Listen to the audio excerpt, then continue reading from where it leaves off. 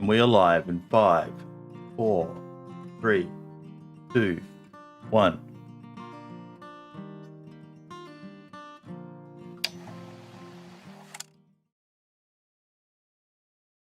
And welcome to episode 87 of the DayZ podcast.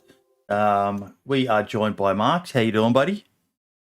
Yeah, not too bad today. Not too bad. How are you? Yeah, not too bad at all, mate. Sadly, it doesn't look like either of our guests have arrived yet this weekend. This week. I never heard back from our DCG boss, and Roth did reply, but maybe he's a bit confused with time zones, and hopefully he sees that we're live and joins in, and will add his details to the bottom there. But yeah, guess who's a no-show, everyone? Johnny Bravo, you've mentioned it in chat. Yes, lad isn't here. I didn't get to see the end of his stream. What was he like towards the end of the 24 hours? Were you watching it all, Marks? I only jumped in for a few minutes last night. I didn't see. I jumped in 2 hours before he ended, so he was live for 20 hours at the time, and he was looking fairly defeated. That's the best way to describe it. Johnny Bravo said we were trying to convince him to do an encore stream after the podcast today. What was he like towards the end, Johnny Bravo? You got to let us know, mate. Have you ever done a 24-hour stream, Marks?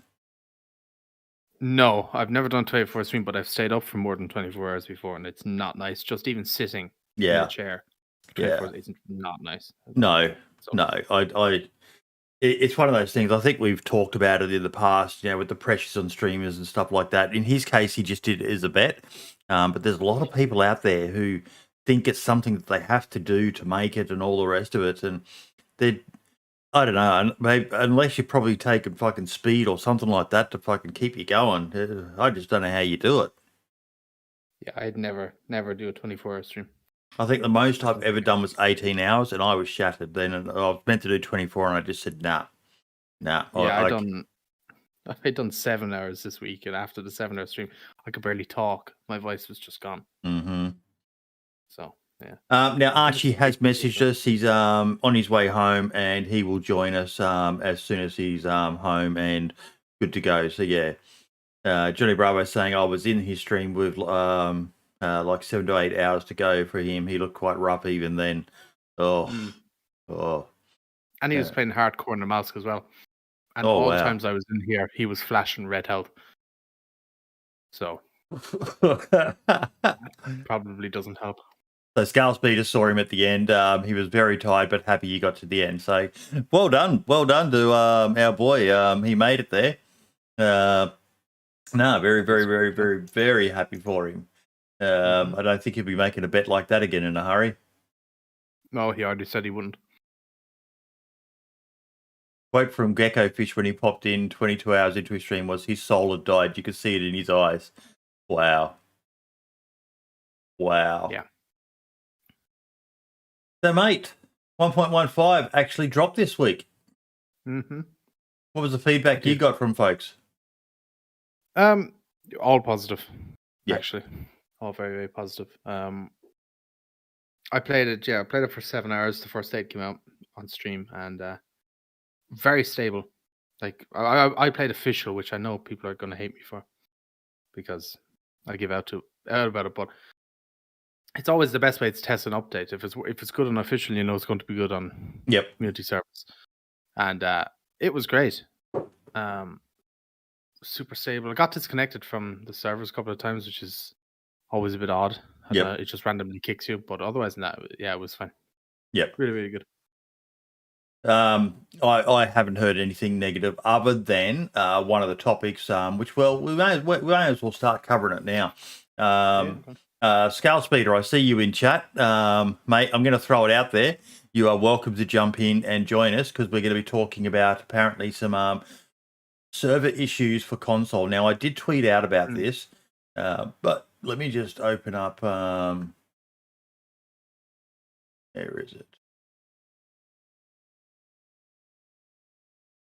Oh.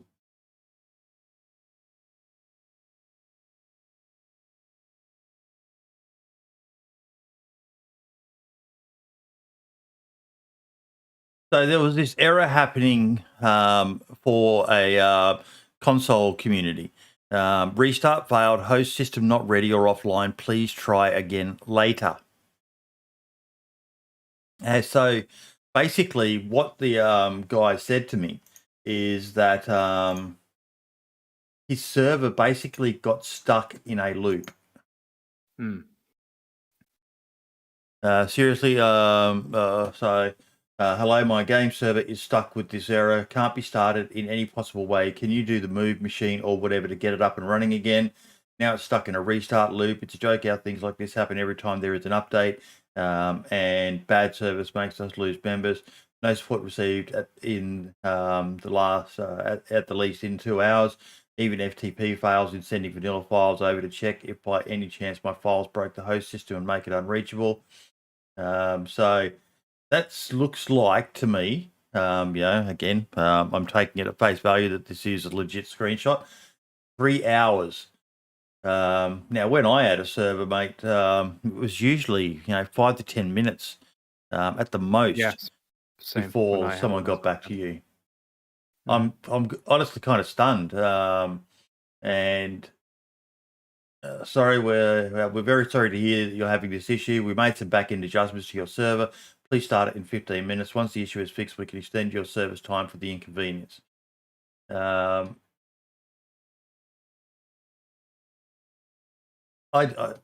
don't know what's going on with that. That's just at face value. That just seems really bad. Is this a Nitrado server? They're all Nitrado servers, as we've talked about in the past.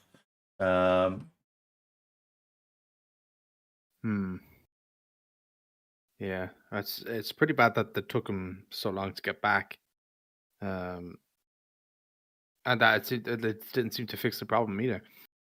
Yeah. So I don't know. I, as far as I understand, I think he's still having issues. I haven't received any other update other than they have extended the life of his server, which is great. But everyone knows how fickle communities can be. If they can't play on the server that they're used to playing on, they'll go elsewhere. They might find somewhere better, and yeah. Aaron Murphy saying this happens sometimes if you force restart a server. If you lose connection whilst force restarting a server, etc., it does happen. It takes 10 minutes to stop a loop over the phone.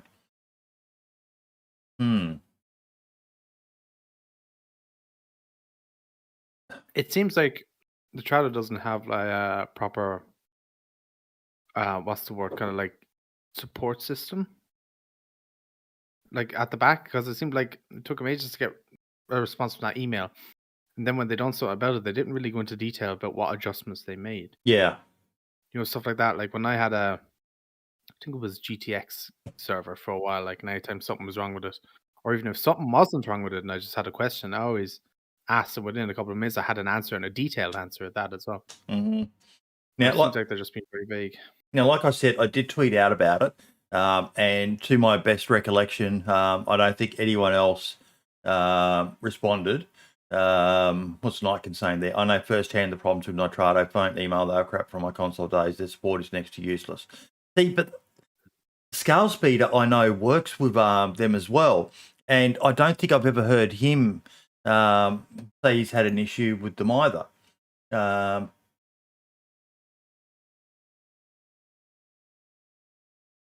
Yeah, it's always the way with a product like that, and you'll always get people who never have a problem with that product, and then you'll always get the unlucky people who will run into a problem with it, whether it be a physical product or a virtual product. I mean, I must say, I think Scale Speeder actually has a partnership with them. He's an affiliate or whatever their programming that is. So he probably gets better service than the average Joe. But yeah, it still comes down to it for me that I don't know why it's a monopoly on console. I don't think we'll ever get an answer, but that's why I'm always a huge fan of more people being able to provide a service. Just imagine if there was only one person doing DayZ videos. or if there was only one server to be able to play. It's always nice to have options. And Oh yeah. yeah, I don't think we'll ever get a proper answer, but I did want to raise it. Hopefully, some other console communities see this, and we get some more feedback, and we can keep you updated as to what's going on. Heck, I might even try sending an email to Nitrado. I was hoping to get some more information first, but yeah, coming up to Christmas, everyone, Scale Speeder, awesome. Fill us in, mate. Fill us in. What is the issue here? What do you know, sir?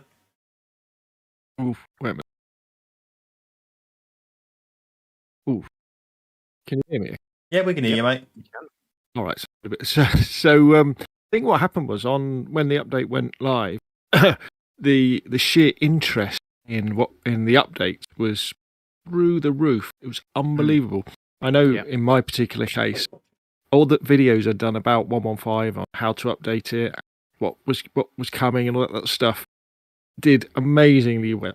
Yeah, I saw your figures on some of them, mate. It was a big shout out as well. Wobo shouted you out in one of his videos as well, which would have pumped your numbers up too.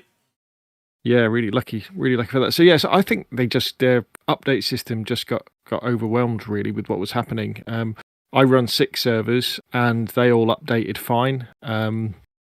So yeah, you've just got. I mean, I think what you've got to remember is that the Nitrado servers, and I am an affiliate. I do get money for when people click on the links in the description to the relevant videos.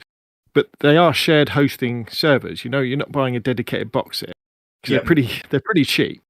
And I guess there's probably 10,000 console servers that are on a shared system, and there's always going to be a few hiccups when it all updates. And undoubtedly they do have a monopoly, but that's because they've got that agreement with Bohemia Interactive, haven't they, with DayZ to supply it, and they must have some sort of service agreement between the two that they have to do. But I've always found them they if something does go wrong, I've always found them fine to sort things out. I don't use any special contacts to sort things out. I always just create a ticket in the normal way, and I can probably count on one hand the number of times I've had to create a ticket in the last sort of 3 years. And generally it kind of gets sorted out. So look, but if they were really terrible, they wouldn't be as popular as they were. But 3 hours still. I totally understand where. I'm not going to say who sent me the message or anything like that. But I totally understand his frustrations, because at the end of the day, he just wants his server up so people can get on and play. And it's always distressing when you pour so much heart, soul, and money into a server, and you get caught with an error like this. I think Nitrado should go above and beyond with working something out with him, because he said this has happened to him before with 1.14 as well. He said, usually when there's an update, he gets issues. So it'd be nice to see them do something positive for this guy, to try to mitigate. At the end of the day, though, it sounds like he's losing player base, and I understand why he's upset and frustrated about it. Yeah, I think one of the most important things that Nitrado could do would be to have a tiered system in terms of being able to order and pay for dedicated boxes as well, so that you could have a dedicated box. Because I'm sure there's lots of people who have got high pop servers on console who would pay that extra for their own box rather than sharing it with I reckon you would be bang on the money on that. That'd have to help some of the old gen consoles as well, wouldn't it? Being able to play on a server that's more powerful. No, because you've got to remember, even the next gen consoles, we're all playing on the same servers. It's not like, so when I play with an Xbox Series S or an X or a PlayStation 5, I'm not on a different server to the Xbox Ones and the PlayStation 4s. Yep. So we're all connecting to the same server. It's more to do with the server, the old Xboxes and all PlayStations themselves. Remember, the technology in them is 8-9 years old now, and the fact that they can, I know I've said this before, but the fact that they can even run DayZ, okay, poorly in certain situations. No, I'm 100% with you on this. If you tried to run DayZ on a PC that was spec'd to the same as an OG Xbox One, I mean, it wouldn't run, would it? There's no way you would get it. I had a comment literally today, I think it was. I don't know if I can find it, But it was a person giving out. It was like, oh yeah, this update was clearly wonderful. My inventory lags every time I do this, and game freezes every time I do this. And he was like, yeah, why does this always happen on PS4? And I was like, well, it's the PS4 that's causing the issue. It's not the update itself that's, making it that way. The hardware is now a decade old. Like, it's not going to be the fastest stuff out there. Yeah, I mean, the hardware is older than DayZ, isn't it? I mean, Boydie, did you see I've DM'd you a couple of pictures Yes. Of some of the things my guys have been up to already on console. I'll actually open these just so people can see. So give me 1 sec. Make that bigger. So they're already in there playing around. Oh god, yeah. So this is with the clipping turned off now, so you can basically build anywhere. I think some of it I'll probably turn, but this is so all the restrictions taken off on console. So, right now, people are just going ham, seeing what they can do, what the effect is on the server, which is fantastic to see. Yeah, it's so the team make a dirt road basically going to the Skalisky. Yeah. So? Yeah, so that's Moxie done. He's made a road to Skalisky Island. He's now making a road to Debug Island. So, oh wow! So that's going to be pretty impressive to get. Cause I think it's another 11 kilometers across the sea to get to Debug Island. So that should be pretty cool when he does that. Christ, there's a tower. That's insane. Yeah, I mean, and this is just playing around, this is only in a couple of days. And although there is a little bit of boosted loot on the Chernarus servers, there's not that much more. So they are able to go and find a lot of axes and saws and cut up a lot of wood, chop down a lot of trees and sort of stuff. It's going to be terrible for the environment. Yeah. And the problem is, of course, although, I mean, the problem he had with this one, with the tower, was falling off it, because, you're dead, aren't you? So you've got to be so careful. Mm-hmm. Yeah, you can't run down it. You have to. And the one with the throne, that's an example of where you can now put you can put stuff closer together, so you can actually make stuff out of the existing stuff. Kind of like he's made that stuff out of tires and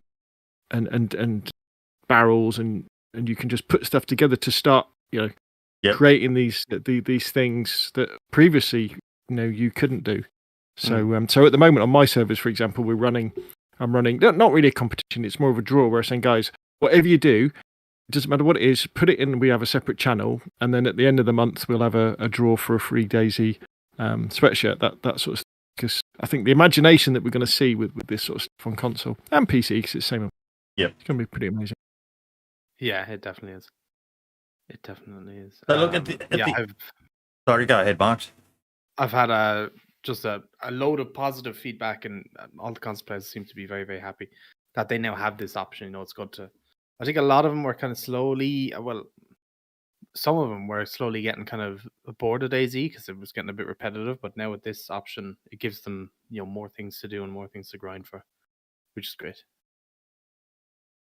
DOJ reckons he won't reach Debug Island. The plots will despawn after each restart once he reaches the map limits. Well, maybe we get a team of us down there. We'll all be there with our shovels. Yeah, and we'll have to do it before a server restart. Look, at the end, the weird thing is there'd be people out there who would watch it if you were to do that as a video as well, mate, and upload hours of footage. Like I still remember Don Sibley's running to reach the very end of the map. And he set a character just with auto run on and just let him run through debug until he finally reached the end, which I thought, it was hours. It was like 8 hours or something. And he left it going through the night, and you'd get up periodically and just check on it. And there were people sitting in his stream watching it. And then he uploaded it as a video, the full, however long the video was, of him, just his character just slowly running with God mode on. And yeah, it was funny. There are people who are interested in watching these sorts of weird things about DayZ. Yeah, just stream it on YouTube and then put it up as a video afterwards. Be the easiest way to do it. But it would be interesting to actually watch that, yeah.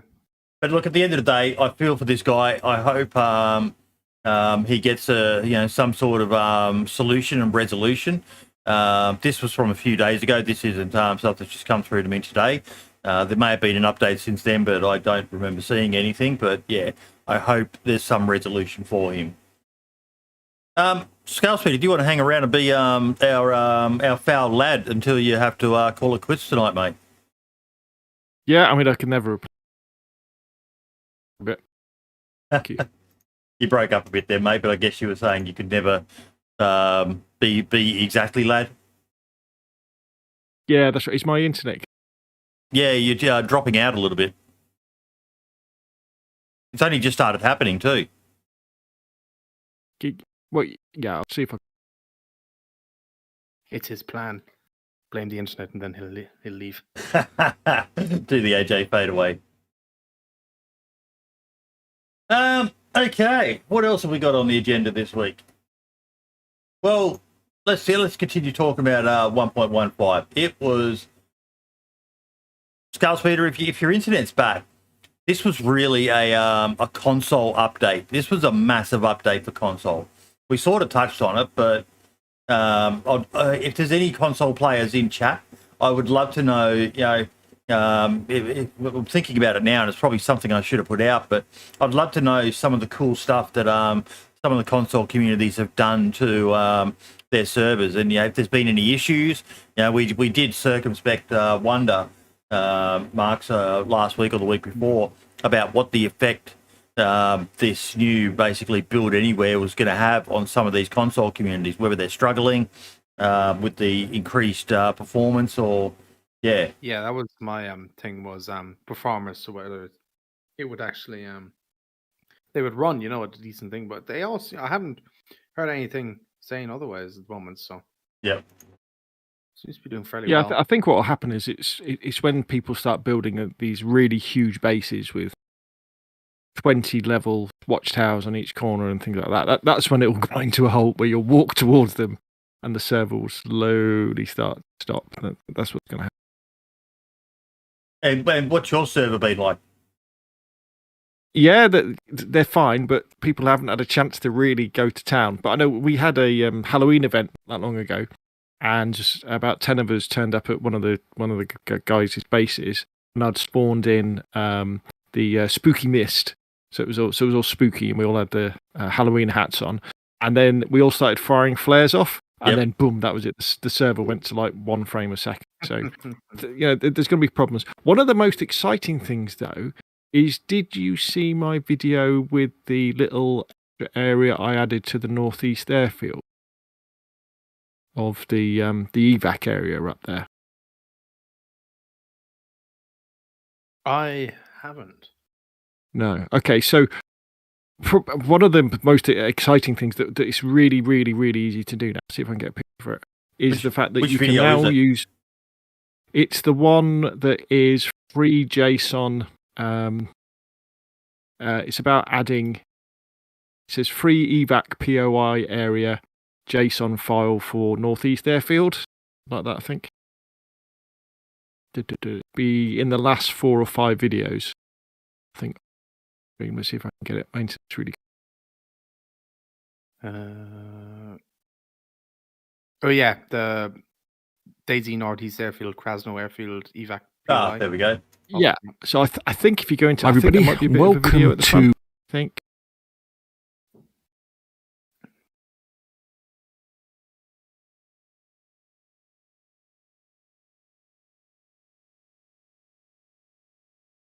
I've turned the audio off the video so you could talk, Scalespeeder.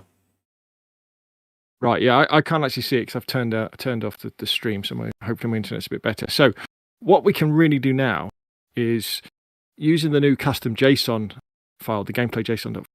You can use DayZ editor on your PC to create scenes, whatever there may well be in the editor, and then you can export them to a similar JSON file and a similar map group POS file, and then very, very easily you can add things to the map. So in that one I added like the C-130, some military tents, some containers, and a couple of buses and some cars.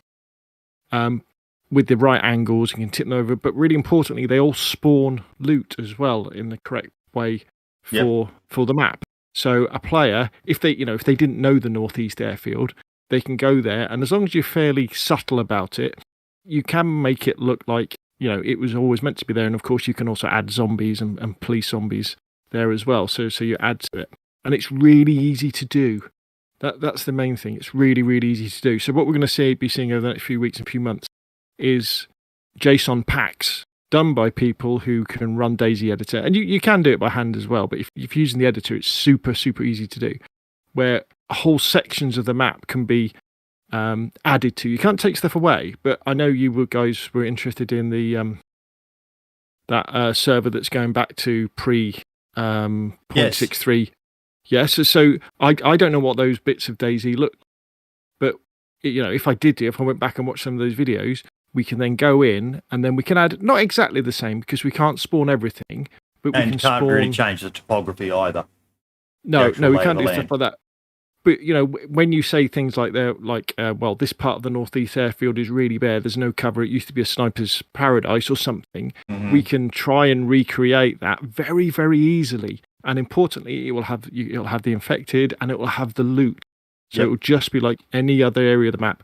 And because it spawns in at server start and it's not an event or an associated thing like that, it's spawning in as part of the game right at the beginning. It's rock solid. As long as you get your positioning right, so nothing's floating in midair, it's just like it's meant to be there all the time. And I think that's the exciting thing. You're going to go to servers, and it's console or PC, and you'll be going through an area, and you'll be like, you may have played DayZ for 1,000 hours, but if they do it right, you'll be like, ooh, is this meant to be here? Because it'll be part of the landscape. It'll have a different sort of flavour on it. So that's what I'm really excited about. What does it do for FPS? Like, so you add all these, buildings or vehicles or whatever. Does it decrease FPS, increase it? Does it stay the same? So it'll affect FPS in exactly the same way as any other area would affect it in the game. So, if you were going into Chernogorsk, your FPS drops, doesn't it? If you're on a slower machine. If you're just going into a small area like the northeast airfield, then your FPS doesn't get affected. So as long as if you were to create a whole new town, a whole new city, the FPS will drop just like it does on any other area of the map. But if it's just small areas, like you're creating a small village or a small FOB like that, in the middle of the woods or something, on the edge of the map, or like on Livonia, you could create like tent cities or little areas somewhere else, and you can angle them all so they're all, the editor is absolutely amazing, because obviously the editor, you can make it snap to the ground and get everything lined up, and then you can spawn in as a player and run around and just check everything looks just right. And then you can add the loot as well, and it's easy to do. So when a player gets there, there's a reason to be there. It's not just furniture. There's actually the proper stuff that would normally spawn there. So if you create say an FOB up in the northwest in Cherner, it's like further than Tizzy, like really near the corner of the map, that will spawn in high level gear. And if you put it near the coast, it will spawn in low level military gear. So it's picking up on the relevant tier area for that part of the map. Yeah, and I was having another chat with Adam the other day as well. In one chat with him just in his stream, and he was very excited about what they're going to be bringing to console in terms of loadouts. He said again the fact that being able to change a player's initial loadout on spawn is coming to console. We will be able to do it. I didn't even know that you could do that. That you couldn't do that. Sorry, at the moment. Yeah. I was asked about that, I think, literally today as well. I was asked, so when are we going to be able to change people's spawning gear? And I actually quoted you, Skillspeeder, saying that it was going to be coming soon. We didn't know when exactly. So that's actually great to know that it is going to be coming soon. It's so exciting because, and Adam said, he says, there's so much more we think we can give to console, but they've got to do it in a special way because the consoles are all locked down, aren't they? And you've got to be careful. But I figured, the first step in having this custom folder on the Nitrado servers where we put our custom JSONs, the next bit will be, there's going to be a JSON for loadouts. There's going to be a JSON for who knows what, for all these extra things that they're going to slip in. And then you can see, you're going to spawn in on a map. There's going to be a military tent waiting for you. You're going to have an M4 on your back, and it's going to be PvP heaven. And there's going to be, fingers crossed, there'll be a trader in the corner there. Have you so also with 115, have any of you noticed the new food changes? Yes. To hunger and stuff I like that? still don't have my head around them, but I just know that it wasn't as easy it appeared to me to get to full, like the real full hydration / energy. You get stuffed quicker, it seems. Yeah, if you, I hit full. I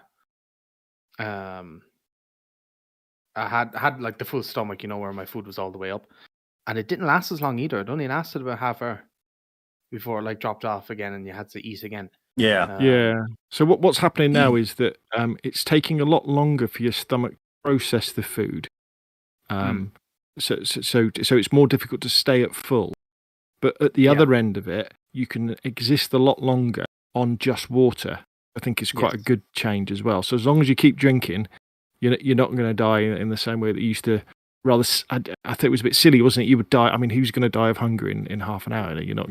Even me. It was like 10 minutes and you'd be dead after like hitting flashing red. Yeah, it's crazy. Well, now if you keep drinking, you can survive for much, much longer, which I think is. And I was talking about it the other day on one of my streams about how this direction that Adam's taking us, I think is so exciting. Yeah. With adding all these stuff into console, he's playing around with survival bits a bit. Okay, he's throwing in some things that maybe people don't like with the hit markers, but he's trying stuff out, which is so good. Yeah. Okay, so Raxto saying, hi, water max is 5k, now in 1.15 is max energy 5,000, whereas before it was 7,500. So it's lower, and I still had trouble getting there, and I'm normally quite good at that, because, okay, that's very, very interesting. I'm guessing we'll probably see Wobo deep dive into it. Ford Irish guy saying you don't need to eat anymore as long as you keep drinking water. Going hungry doesn't make your health go down anymore. Okay, so I've got some playing around to do. I'll be jumping on tomorrow morning with a mate of mine, Vigilante Gamer, and I'm a freshie. I died at the end of a raid that I'll be talking about later, and I'm going to be playing around with the hydration and energy, because I really want to get my head around it, because I don't know whether it's a good change or a bad change based on my own experience, but I'm interested in it because even just the sheer volume of food you could eat before you got stuffed. I'm not talking about full energy, but just to get stuffed was insane. Now it seems like it's less food and your stomach ends up stuffed. But yeah, I'm very interested in what they've done. It's a good update, I think, because it actually gives new players a chance of surviving longer. I think, because I think what I might actually do is make a very simple breakdown video on how to survive longer with this new kind of kind of food feature. Now that you can just kind of sip water and still have your hunger out, even if you're red, or have your thirst up even if you're red hunger or whatever. Because a lot of new players now will come into it, because it threw me off as well when I first came into it. I was kind of... Did you spawn in yellow now, don't you? I think so, yeah. Yeah. If I'm not mistaken. And it threw me off for a while, but I got used to it. But if you're a brand new player, it's going to take you a long time to get used to. So I think having a simple video out there, and I'm assuming Mobo is going to be doing one as well at some stage. I think I was talking to him in his Discord, and he said he was going to do it. But it'll be a few weeks away, because he has to do 114 and then 115 and get all the details and stuff. But yeah, it'll be pretty interesting to see what the stats are. Now let's watch this quickly.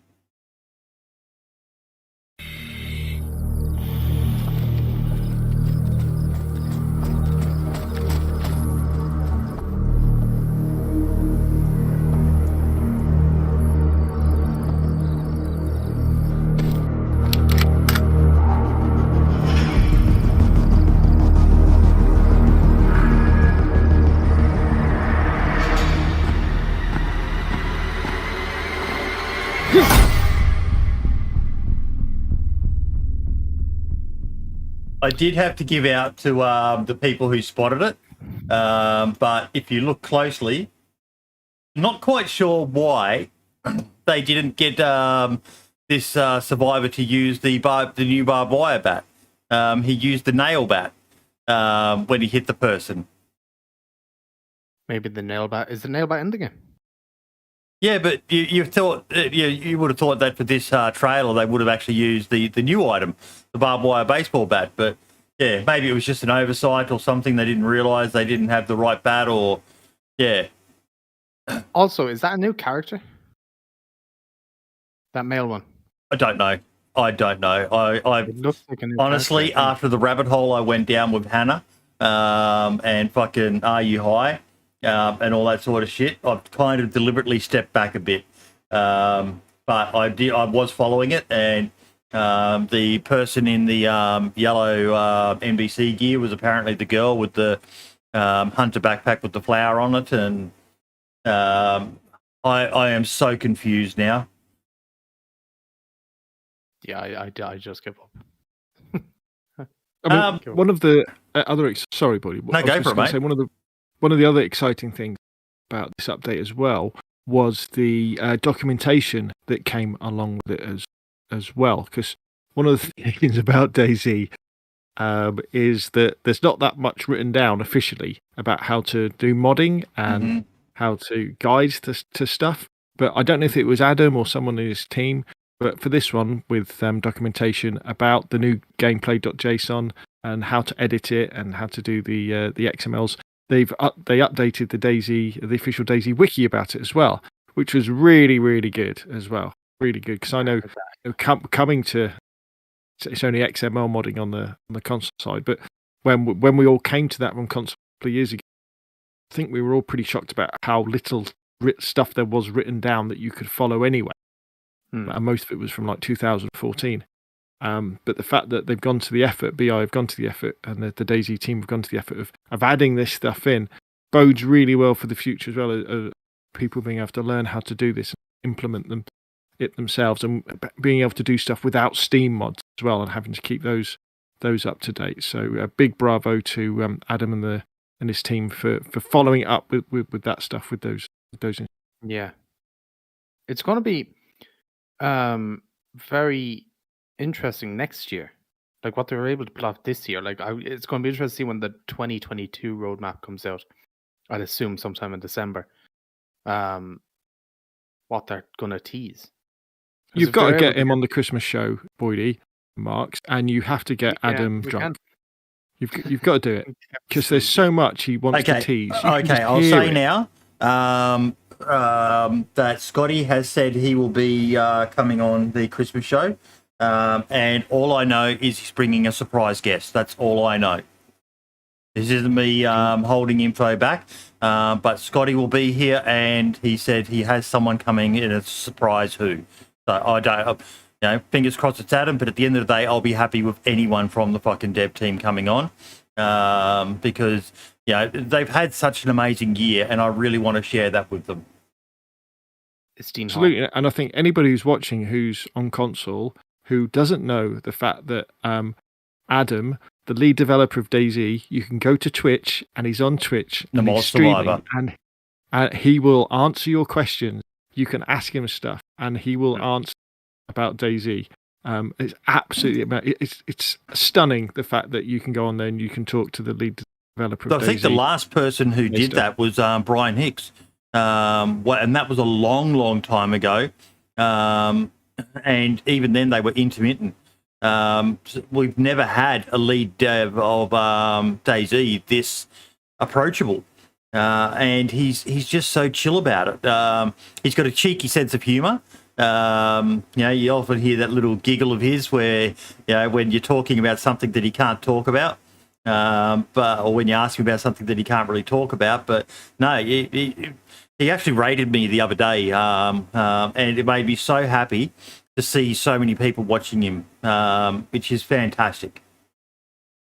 It's amazing, and you can hear his enthusiasm for the game when he's playing it. When he comes across a bug, like he can't pick up a gun or something because the game's bugged, he doesn't try and look like coat it in sugar or anything. He's like, oh God, why have we sorted this out yet?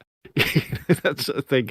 And it's absolutely fantastic. So if you don't know, if people watching or listening don't know, go over to Twitch, search for Namal Survivor. Emeritus channel. Follow Emeritus is one and of then our. just go in there and say hi. It's marvelous. Just don't go in there thinking that you can chat shit to him, because you'll probably get banned very, very quickly. Oh yeah, just He'll answer your respect. questions. Yeah, he'll answer your questions if you're obviously nice to him. Like, but if you're going in there going, why isn't your fucking shitty game not working? He probably won't. I've just shared his channel in the Twitch, YouTube, and Facebook chats for those who want to go in there and watch him. And he streams regularly. He's partnered now as well. So, yes, I know he's in a paid job, but everyone likes a couple of extra bucks here and there. And he's probably got some of the coolest, unique DayZ emotes that I've seen. And he's also got one specific to his Demolch map as well. So if you like the old Twitch culture of the emotes and all the rest of it, he's got some pretty fucking cool ones. I'm not gonna lie. But yeah, no, it was a great patch overall. I still have not found an org. I've been doing chopper crash after chopper crash, and I just can't fucking find them. Found out my first one. Yeah. I was very, very happy. Yeah, Dancer Jesus is in there watching him a lot. He's got some pretty cool little things. If you save your Twitch channel points and use them so he throws what he has in his hands. Yeah, he's a delight to watch because he plays DayZ. He's probably not like a lot of other streamers out there either. He doesn't just run around and run and gun. He has a very interesting style. He's fun to watch. And he's got such a quirky sense of humor as well. I'm a huge fan of the guy. I feel really bad because I started my stream off the other day and I said, if I reach 30 viewers, I'm going to tell you all the grossest story you've ever heard. And thanks to Adam's raid, I did reach the 30 viewers and I fucking cleared out the room. He came across with 70 people and I ended up, I think, at less than what I was when I started. But yeah, I don't think I'll ever tell that story again. Were you there for that, Marks? No, I wasn't. Oh my God, it's in the VOD. I think that was from Tuesday's stream last week. But yeah, all I'll say is it involved a carbuncle. It's on you if you Google what a carbuncle is. But yeah, I'm imagining you're Googling it right now, Marks. No, I'm not. I'm not. Smart lad. Nasty. Smart lad. But yeah, no, overall, a good solid patch to finish the year with. Johnny Bravo, not that story again. And I'm so happy, so fucking happy for our console brothers and sisters. And it sounds like, as you were saying, Scale Speeder, that things are just going to get bigger and better in the year ahead. It's a win-win for everyone. Win-win for everyone. Yeah, the 2022 teaser thing that I was saying earlier is going to be very interesting to see what they tease in that.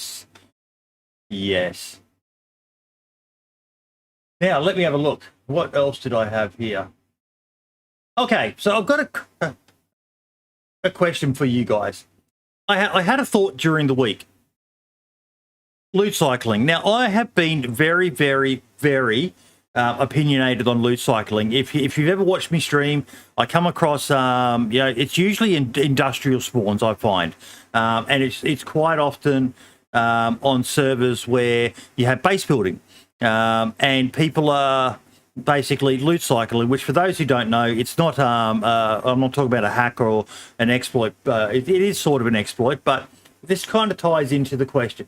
So what they do is they go in there, if there's, say, a generator or a lamp or one of the power lights or whatever, floodlights, they'll pick it up and they'll move it out of that shed, place it on the ground just outside to trigger the game into eventually respawning something in there.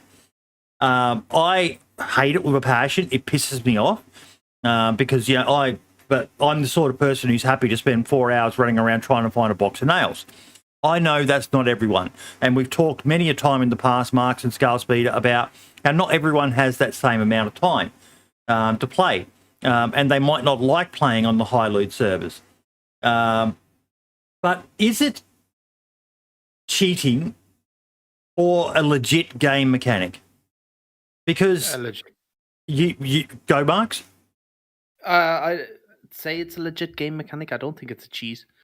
Because at the end of the day, you're not really hurting anyone by doing it. The only thing that they mightn't get is they mightn't get whatever piece of loot that's there. Let's clarify on it. It's if it's against the rules on a community server, then it's cheating because you're breaking a rule of that server.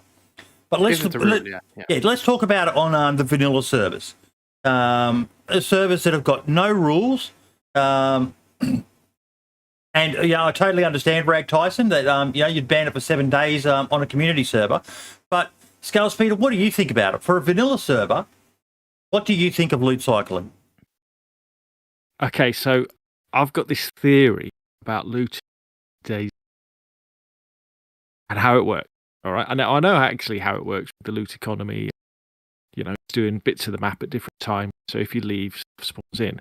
But so the question is, like, when you go to somewhere like a military tent and there's a pistol on the ground, buttstock, why can't your character find everything that's in that tent? Why, when you go away and come back, is there different stuff there? So my logical explanation... And look, we know why, because it's the game mechanic, but are you talking about as an in-game sort of theory? As the in-game logic, yeah. Yep. How does the logic... And my logic is that, you remember, I don't know how it was, in Armour, for example, if you search a build, like a pile of rubbish, something like that, in the mods, there's a wheel that spins, and then randomly you'll then find something there.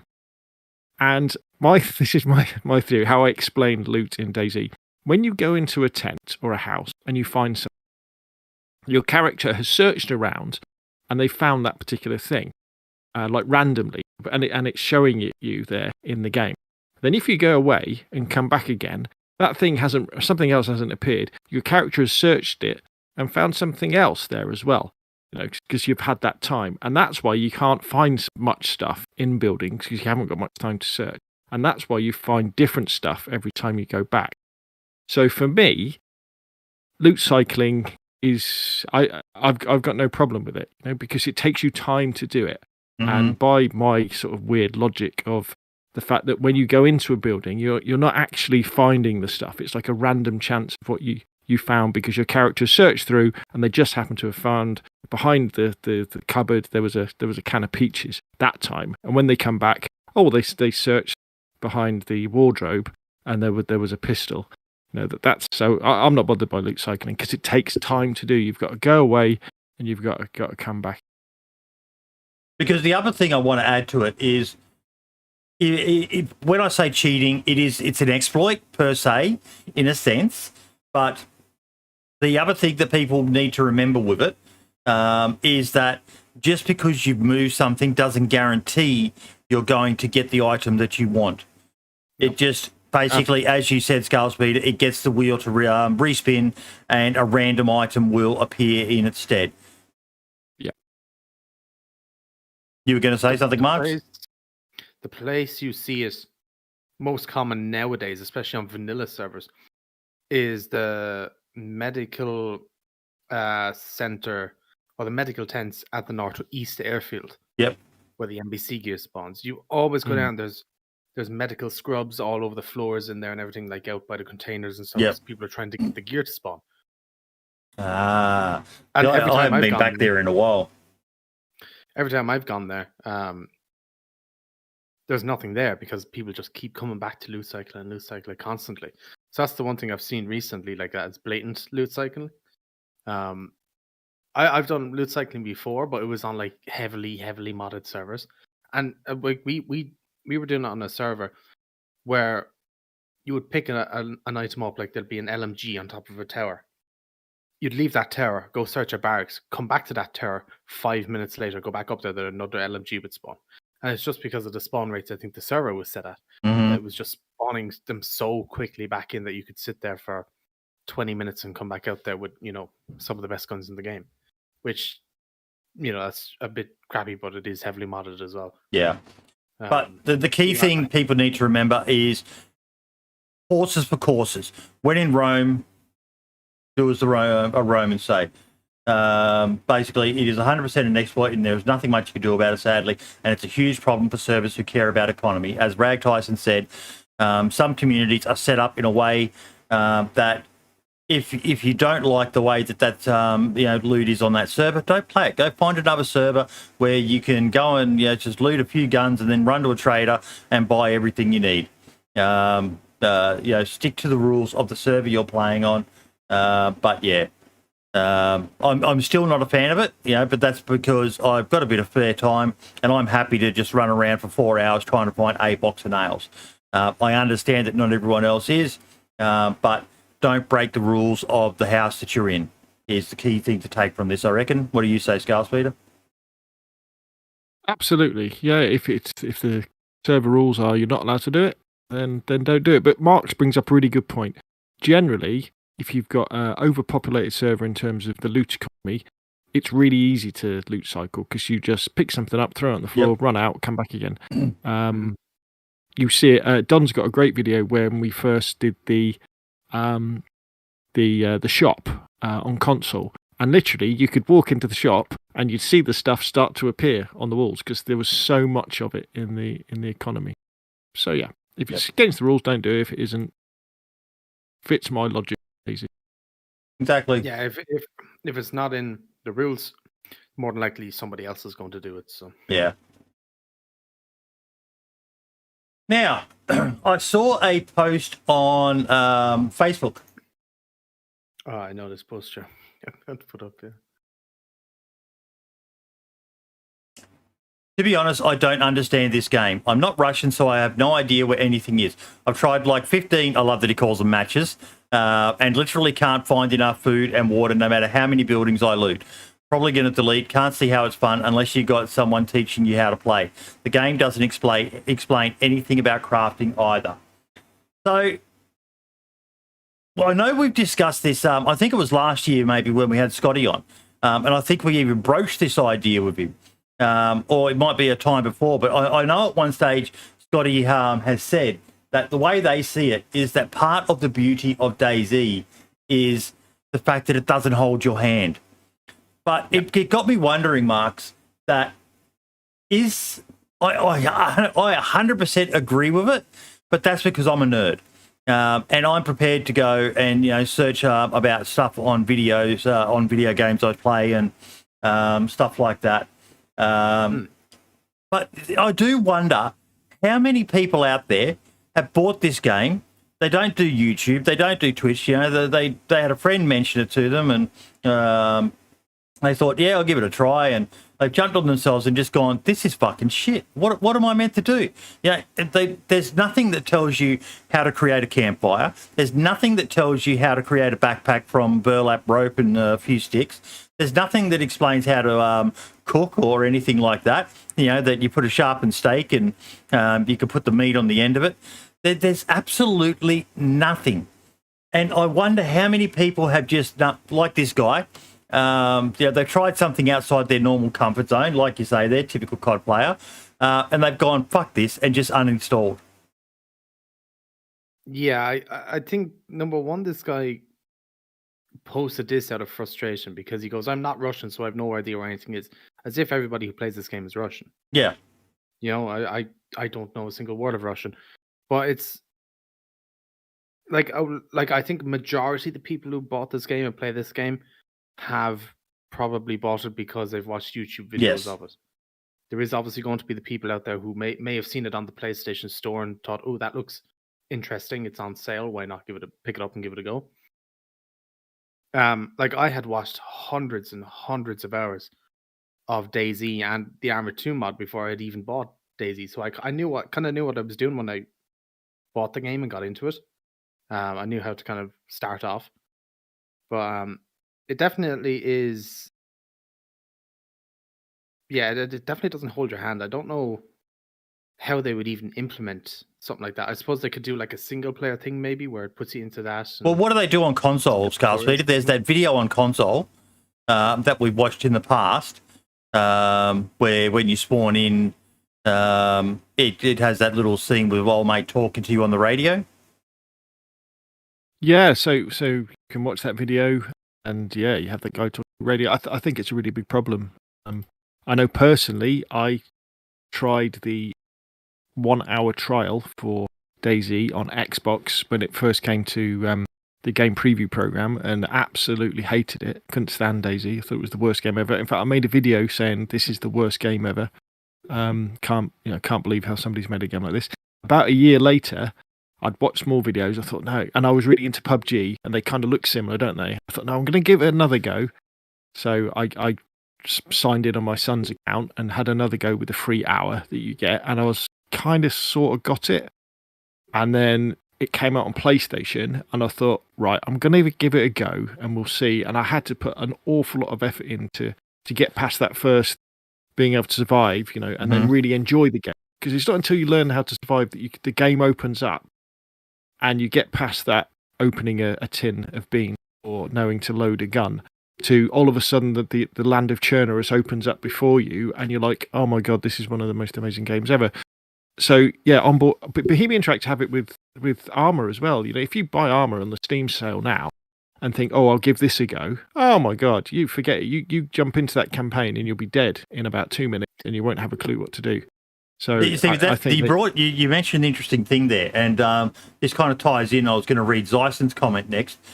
Some people also struggle with the fact that the game doesn't give you an objective. At least in Armour, you've got the campaign side of things. DayZ doesn't have a campaign. I struggle to think of another game that is as open-ended as DayZ is. Scum's talking about adding in something where you can rebuild a helicopter, or some sort of way of actually leaving the island that you're on. In Minecraft has the Ender Zone, or whatever it's called, that you can work towards. But with DayZ, there is no fucking objective other than whatever you set yourself. So combine that with what am I meant to do? Whatever you want, which there are people who really struggle with it. I've seen that comment so many times. What am I meant to fucking do in this game? And I've replied every single time, whatever you want, use your imagination. Be a good guy, be a bad guy, be a crazy guy, fucking anything in between or beyond that. And then combined with, but how do I do anything?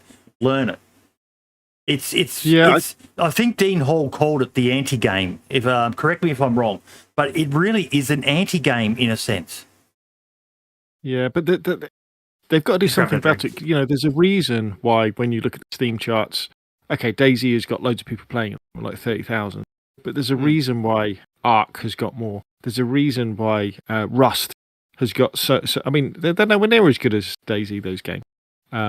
Yeah, but they've got more players because the onboarding is much better, I think. And I think they should have a little single player level that's just like a little village that you wake up, and it would just be like in the video with the radio where, and it tells you, go here, pick up this tin, open this tin, eat it, find this magazine, put this bullet in the magazine, change your clothes, ring out your clothes, right? And then it should go, right, okay, you're ready, pick a server, and you're on.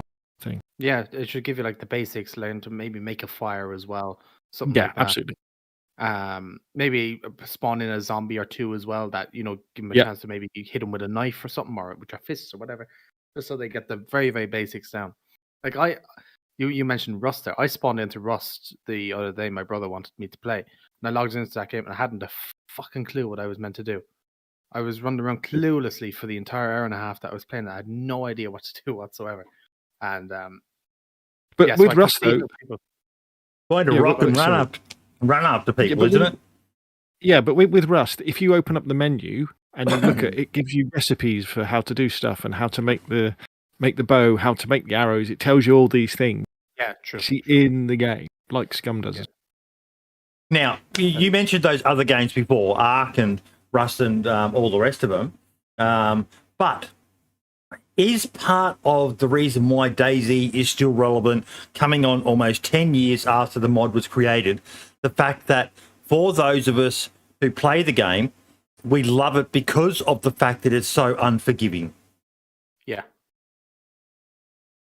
Because it sorts the wheat from the chaff in a sense.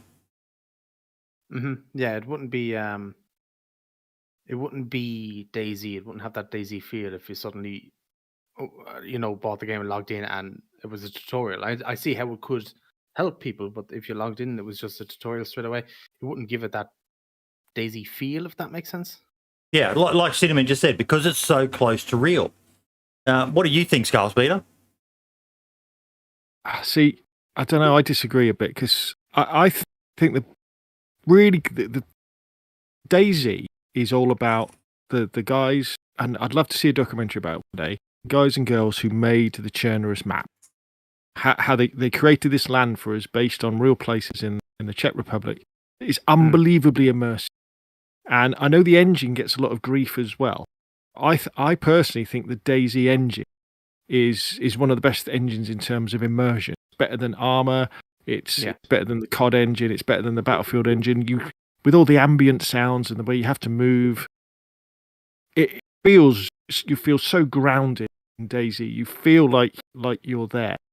And I think if they took that and added more stuff to it, I think DayZ would probably be would be one of the most popular games ever. If they added, for example, like the Zeus AI engine, so you could make missions, or they put missions in where you could have missions that do proper missions where you could wander around the map, and this would probably be on different servers. It doesn't have to be on public servers. It could be on a special type of public servers where people could go to places, and there was a trader, or there was an AI faction you had to shoot, or there were helicopters that you could fly around, or you could have, a conquest type server, or you could have stuff like that. The environment that you're in Chernobyl, or Livonia, or Banov, the environments that the DayZ engine create are second to none, I think, in terms of size and scope and immersion. So I would love to see them add lots more to it, and I think it would become incredibly popular. Make it look, some of the bits look a bit better. But does this hurt the game? Does this hurt the game though? Because at the end of the day, like, let's consider Steam. How many people have bought the game, gotten the shits of it, uninstalled, and left a bad review? This is why I called this in the agenda. Is DayZ its own worst enemy? Marks, what's your thoughts on that? Yes and no.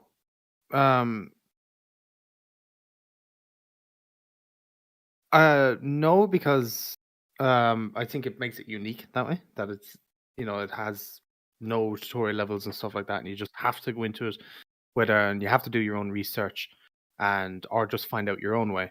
And then yes, at the same time, because obviously it's going to not be as likable to like the COD players or the Battlefield players, or the people who just want an objective. Like I remember, there was a time, when was it? It was last year. I think around this time last year, wasn't it? DayZ exploded and Shroud was playing it and Summit was playing it again and everything like that. And the Syndicate Project, he's a YouTuber, streams as well. And he used to play the game years ago, back in the alpha days. And his videos are really good, and they got millions of views. Yeah, Mr. Moon became famous. Yeah, and he never played it since then. And he installed it one day on stream because it was blown up again, so he wanted to give it a go, see what all the fuss is about. And I don't think he lasted an hour before he turned it off and went back to playing Call of Duty again. Because the last time he played it was on the old engine. So when he went into it again, it was completely different to what he had already played before. And so he just gave up. So I can see how, it can be. And then when you see a streamer do that and be like, okay, I give up in this game, that's obviously going to not probably bring as many sales as you want as well. Look, if they were to introduce a tutorial, I wouldn't be opposed to it. I would understand why they did it. But for me personally, I'm kind of with Melbourne.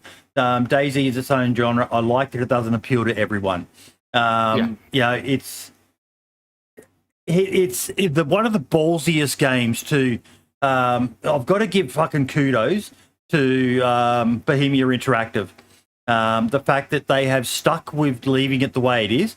The temptation to make a hand-holding tutorial mode is massive. But they've chosen never to do that. And because of that, they've sorted the wheat from the chaff, like I said before. If anyone doesn't understand that, saying it's basically it's kind of derogatory in a sense, but it's getting rid of the useless shit from the good shit. They toss the weed into the air and the outer husk sort of thing floats off or whatever it is. They call it chaff. And the good seed that's turned into flour drops down to the ground. And I would understand why they did it if they ever did it. One thing I would say, and Scarspeeder, I think you're probably going to agree with this, they need to make it easier for people to start their own server. Or their like one thing I'll say in Scum's favour is in the menu you have just a button that all you've got to do is push that button and you can create your own single player map. You've got full admin tools. You can play around on that. Having to go to YouTube and watch videos on how to create a server for yourself to play on, or maybe set up a LAN at home and you can play with your mate or whatever. It's an overly complex process. They should allow, and that may find some people. Okay, I'll start off with in single player mode to try to learn. That said, though, there's kind of nothing like a baptism of fire in DayZ. That's one thing that nearly all of us remember is that first time we logged on and you got captured by bandits and they force-fed you a rotten kiwi or disinfectant and you just literally had no idea what the fuck was going on. Yeah, I mean, I think it's almost criminal, the fact that there is no single-player DayZ when you buy the... Yeah. I think when you buy DayZ, they should, on PlayStation, Xbox or PC, there should be a single-player option. They should have time in servers where when you spawn in, they should say, right, okay, we can see you haven't been playing the game very long. Let's put you into this Bambi server where it's only new people, and once you've been playing there for 20 hours, we'll put you in with the big boys. I think it's terrible. It really is. If there's one thing that's terrible about DayZ, there's no easy single player option, so you can just, yep, and you're right, just like with Scum, you can say, yeah, I just want to play on my own server. Mm-hmm. I think that is terrible. You can't. They really do need to add achievements, though, don't they, Mark? Apparently, they have them on constant stuff, but they have certain achievements. Yeah, we have. Yeah, because I saw somebody, I think it was on Reddit, somebody hit like a 500-meter shot or something like that, and he got an achievement for marksman or something like that in the game. But yeah, it'd be cool to have them on Steam. It'd be something to grind for. Yeah. Yep. Yeah, survived your first hour. Just little. At the end of the day, most people are suckers for medals, and everyone's a winner. We all get a medal, yay! But survived your first hour, killed your first infected. Want me to read some of mine? Hey, I've got some of mine. I can read them out. Yeah, read them out. Can you share your sky? No, you can't because that's console. No, it's on my Xbox. So we've got natural instincts for gutting a deer, lobotomy, killing 20 survivors or infected with a headshot, field cook, cooked steak on a stick, babyface, shaved, pacify, killed an infected soldier, geared, equipped a firearm. They're not very challenging, these. Bodily needs, ate and drank something. Oh, I tell you what, here we go. Okay, so this gives you a really good idea of how many people stop playing DayZ. Okay, so the bodily need achievement on Xbox, where you've got to have ate and drank something. Yep. Only 40% of gamers have unlocked this. Wow. All right, so that, I mean, and you've got to remember that, but DayZ is free on Game Pass, so undoubtedly millions of people download it, they play it, and 60% of them, they must quit because they never get round to eating or drinking. That's actually an insane statistic. I didn't realise that, Marks. What's your thoughts on that? Yeah, I didn't realise that either. That's quite funny. 60% of people have started DayZ on console and not even achieved the objective of eating an item in the game. Here we go. I've got some more here. Okay, so killed my first infect. So 60% of people have killed a zombie, but that means almost 40% never killed. Okay, have you got a smartphone? Can you take a photo of that and then post it on Twitter? Yeah. And I'll retweet that from the DayZ Twitter account. That is, oh my God. Here we go. Yeah. Oh, that's really interesting. Right, wow. I've got to go now, unfortunately, but it's been a pleasure, peeps, and I'll have a great I will keep listening in, but I can't be on the, No, thank you for that, mate. You blow my mind. As King of Lobar said, though, people have no patience anymore, but They might. A lot of these people, I guess, are just casual gamers, and they see this game DayZ. They may have heard of it, and they're the sort who just play COD and Battlefield or other sort of quick games that only last 10, 20, 30 minutes.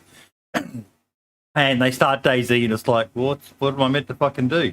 And if they did start on, say, a low pop server, and there's no one around, if they at least spawned on a high pop server, they might hear shots or see other people, and that may keep them interested. But yeah, I think that's one of the big things about DayZ is why it isn't more popular, is because it doesn't have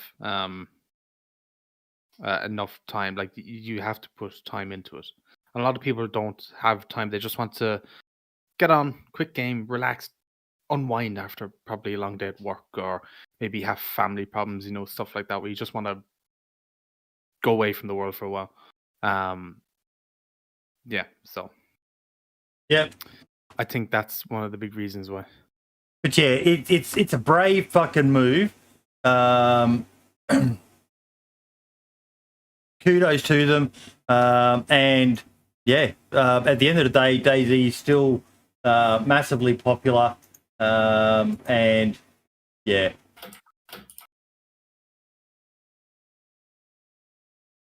Yeah, it's good. Actually, but I wonder what the wonder what the player numbers have been like this week with the update. Because I was on official servers, and we were on official servers that were full, and there was a 20-player queue to get into.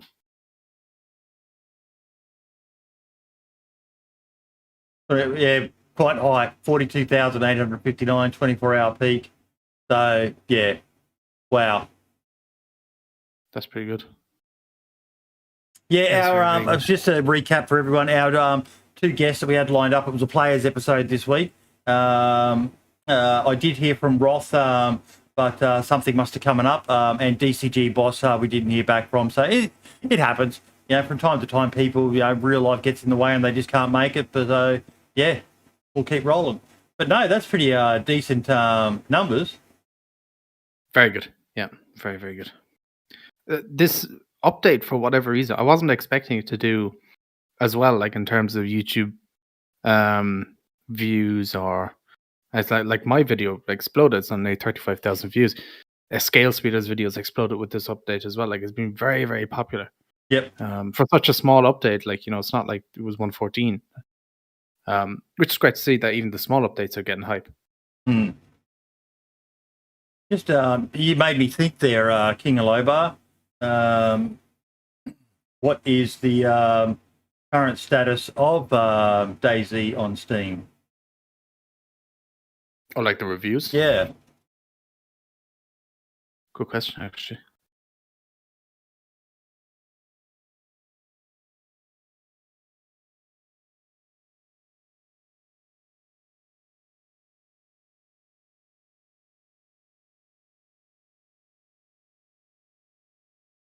Do I go past it? No. I can get it here now. It is, hang on. It is recent reviews, very positive. All reviews mixed. Okay, so it's still going well. Also, they are nominated for the Labour of Love Award. So please go in and make sure I think that's all you got to do is tick the box.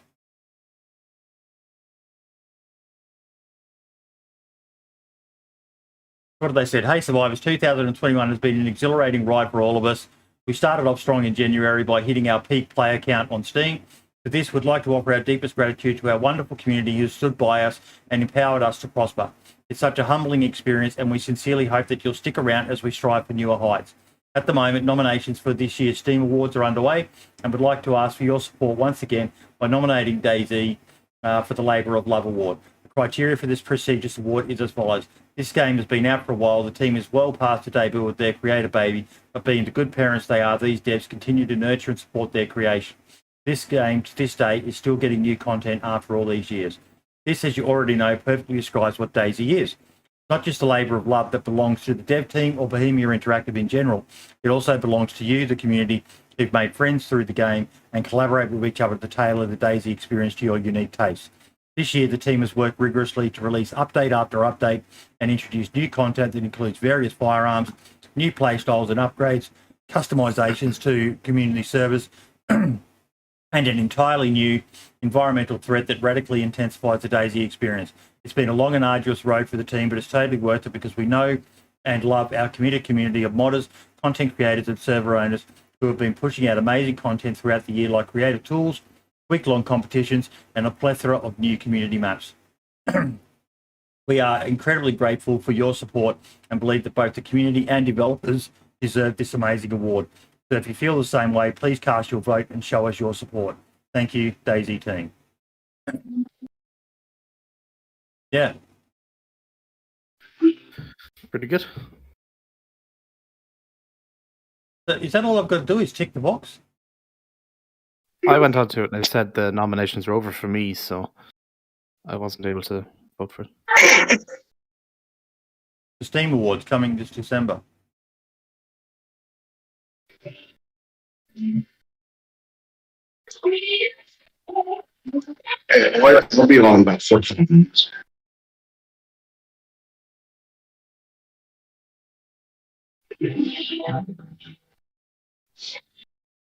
Oh, Ross, how you doing, buddy?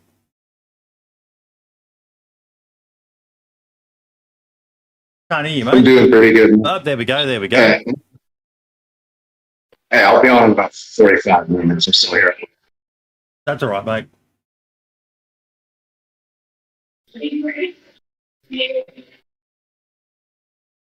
Okay. We shall continue. I think he said he's going to be on in a few minutes. Oh, I am at work. I'll be getting off in a few. Okay. No worries.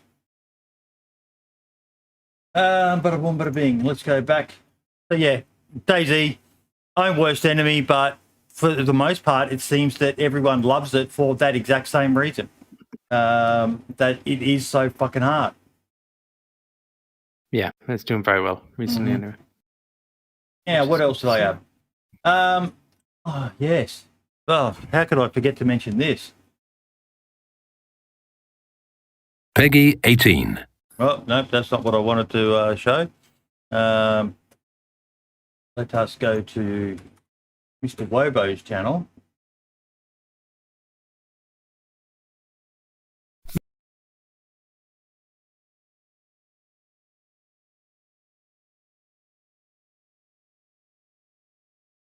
Oh, there we go.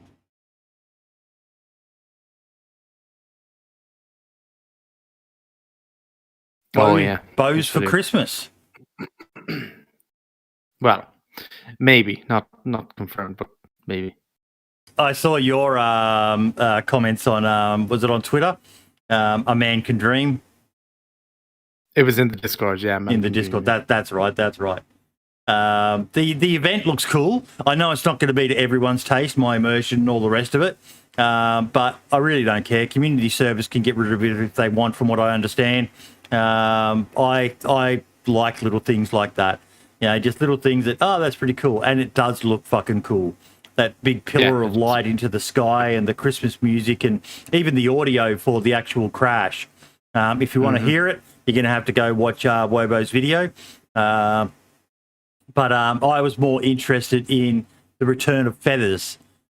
So, mate, if they did that, what a way to finish 2015. If they gave us bows for Christmas, what a way. That would just blow everyone's mind. 2015, you're after going back. 2015, 2021. Jesus Christ. Yeah, it would be cool, but well, do you think surprise 6th update? Yeah, I mean, it'd be crazy if they did. I can already I can imagine the hype and the comments. Look, around that I video think they've been watching, and you know, when the org files were first noticed, all the modders were all over it and onto it. I bet you they've got a development version that is not live. Well, they would have, of course they would. And if they do it, it'll be last minute, I reckon. And people will lose their shit because they know that every time there's an update, there's always the DayZ nerds who understand this sort of stuff. If I understood it, I'd be delving through the files. But as I've said many a time, I can barely understand XML and JSON, let alone looking through game files. And DOJ saying, don't be hopeful. Honestly, they add stuff like that all the time. But why? Yeah. Why add feathers? Yeah, it's not like we're talking about adding in just a random melee weapon like a broom. They've gone to the effort of adding an extra item to, something that didn't have it before. Obtain feathers. Unless it's going to be used for, I don't know, what else would feathers be used for? A pillow. Or maybe you can make like a hat or something. I don't know. Yeah. I don't know. I'm 100% with you, mate. A boy can dream. It would be, it was one of the go-to, it was an equalizer weapon back in the day. You could spawn in, kill a chicken, get a rope, get a long stick, craft a bow, and yes, you could always find a melee weapon and get lucky and take out a geared guy. But a bow was a great equalizer.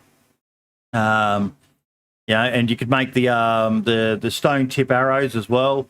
I'm pretty sure. Don't quote me on that. I might be getting confused, but it would be phenomenal. Absolutely phenomenal. It would be great. Cross your fingers, everyone. Cross your fingers, but don't get your hopes up. Yeah. You know that way? Yeah. Best off. It's always best to keep your hopes down, and then if it does come out, it's you'll be the happiest person ever. Because the last bow I touched on a modded server sounded like an M5, MP5. Yeah. So yeah, MP5 reload sounds. Yeah, it's funny. It would be cool. Yeah. I'd say I don't know why they would just suddenly put them in just randomly. Yeah. Like if they were adding in bows, I think they would have done it like they would bring out a survival update, where they did add in a load more survival stuff as well, whatever that would be. I would love to see them do themed updates, to be honest. Next patch is a base building patch. Next patch is a survival base patch. Next patch is a PvP patch, and things like that. Yeah, it would be good. I still think we will get a base building patch sometime or 2022. I hope, anyway. Fingers crossed. And like Mark McConaughey says there, bows were a great silent zombie killer. Miss those days. 0.55 patch, I still remember it when the zombies were quite OP and loot was sparse. One thing you could always do was still make a bow. And they were great for silently taking out infected around town. Sat on Drunk Santa's lap, asked him for bows in DayZ for Christmas. He said if I gave him a bottle of whiskey, he'd make sure it come true. Well, let's fucking get you that bottle of whiskey then. Oh, dear Lord. I need to know if anyone else is having this. So I sent Wobo a message. I've been having troubles with sorry, I just got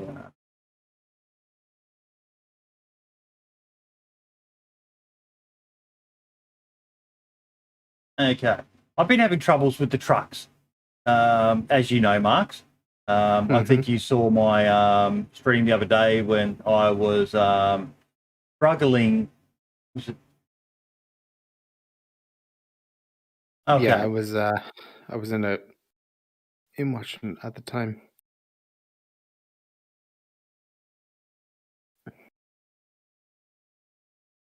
Something for Wobo. I'm just going to drop this stuff here. I'll drop my vest because I'm going to need as much stamina as possible. Drop that vest as well. See, I think this might be go to the car. a modded issue you're having because this doesn't happen in vanilla. Mate. I've never seen this happen to the trucks in vanilla. Okay. Grab a back. Oh.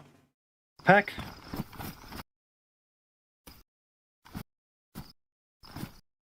Now look at the tires on the truck. They're fucking in the ground. I just, so is anyone else getting this on their servers? And in this video, it goes for 28 minutes, as you can see. I'm not going to play it for 28 minutes and get you guys watching it. But Wobo said, do the fix that he showed for cars. And I did that. I dropped tyres, jumped in the vehicle, the tyres pop up. Then, you know, the minute I took off again, With the body? no, we might do that later for science. But what we're trying to do now is I know that having the wheels just in the vicinity of the truck stops the truck from being able to move. But we know that this works with cars, being able to drop it kills you. Okay, we don't need to test that. Zyson can confirm that. I would take Zyson's word for it. I wasn't going to tell you. You arsehole. Thanks, Ison. Yeah, thank you, Zyson. No, we should have tested it for science. I think it still needs to be Yeah, tested. I want you guys just to see So what we know happens. that, This works with cars, and that cars, for the most part, from what I understand, they stay above the truck.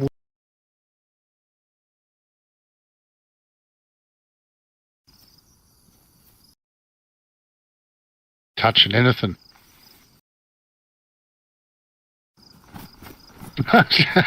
So this is what I did to fix it.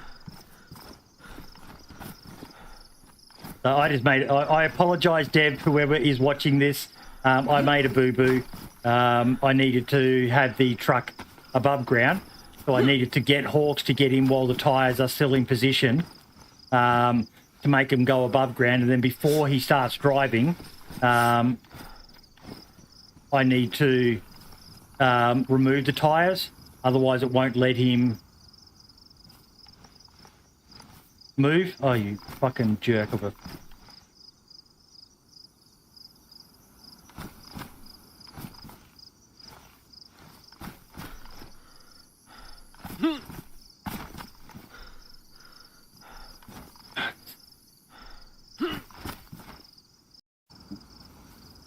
Ah, fucking put me down. Okay, so pick it up. Step. It's a bit. All right, a bit. Yeah, that's it. Okay, so here it is. He gets in. I've dropped the tyres in. Okay, it's Hey. above ground. Truck's in the Stay air. there. Not stable.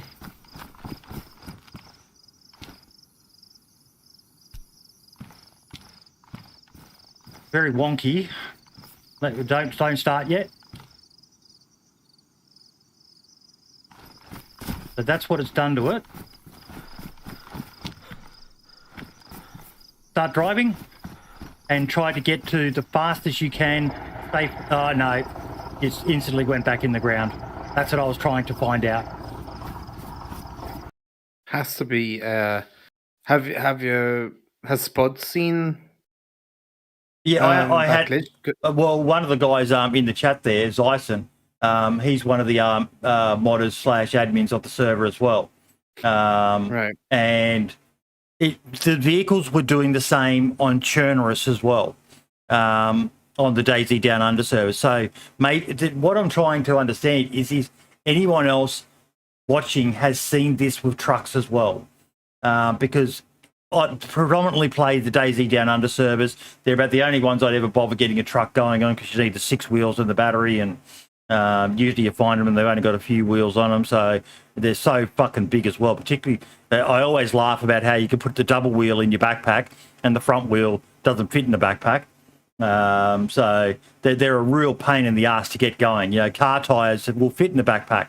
But yeah, is anyone else in chat getting the same issue on the servers that they play on? Has anyone ever got a truck going on vanilla? Would love to know. I have. You have? Yep. No issues? And it's no issues whatsoever. Drives perfect. Once you have all the wheels on it and stuff, it drives perfectly fine. I haven't never had it where it's stuck in the ground like that. What was yeah, the even top on any speeds you were able to get?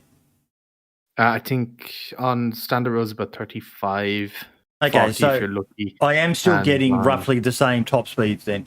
40 if you're lucky is usually downhill, going neutral, and I think I got it up to 60 once because you've got to put it in neutral.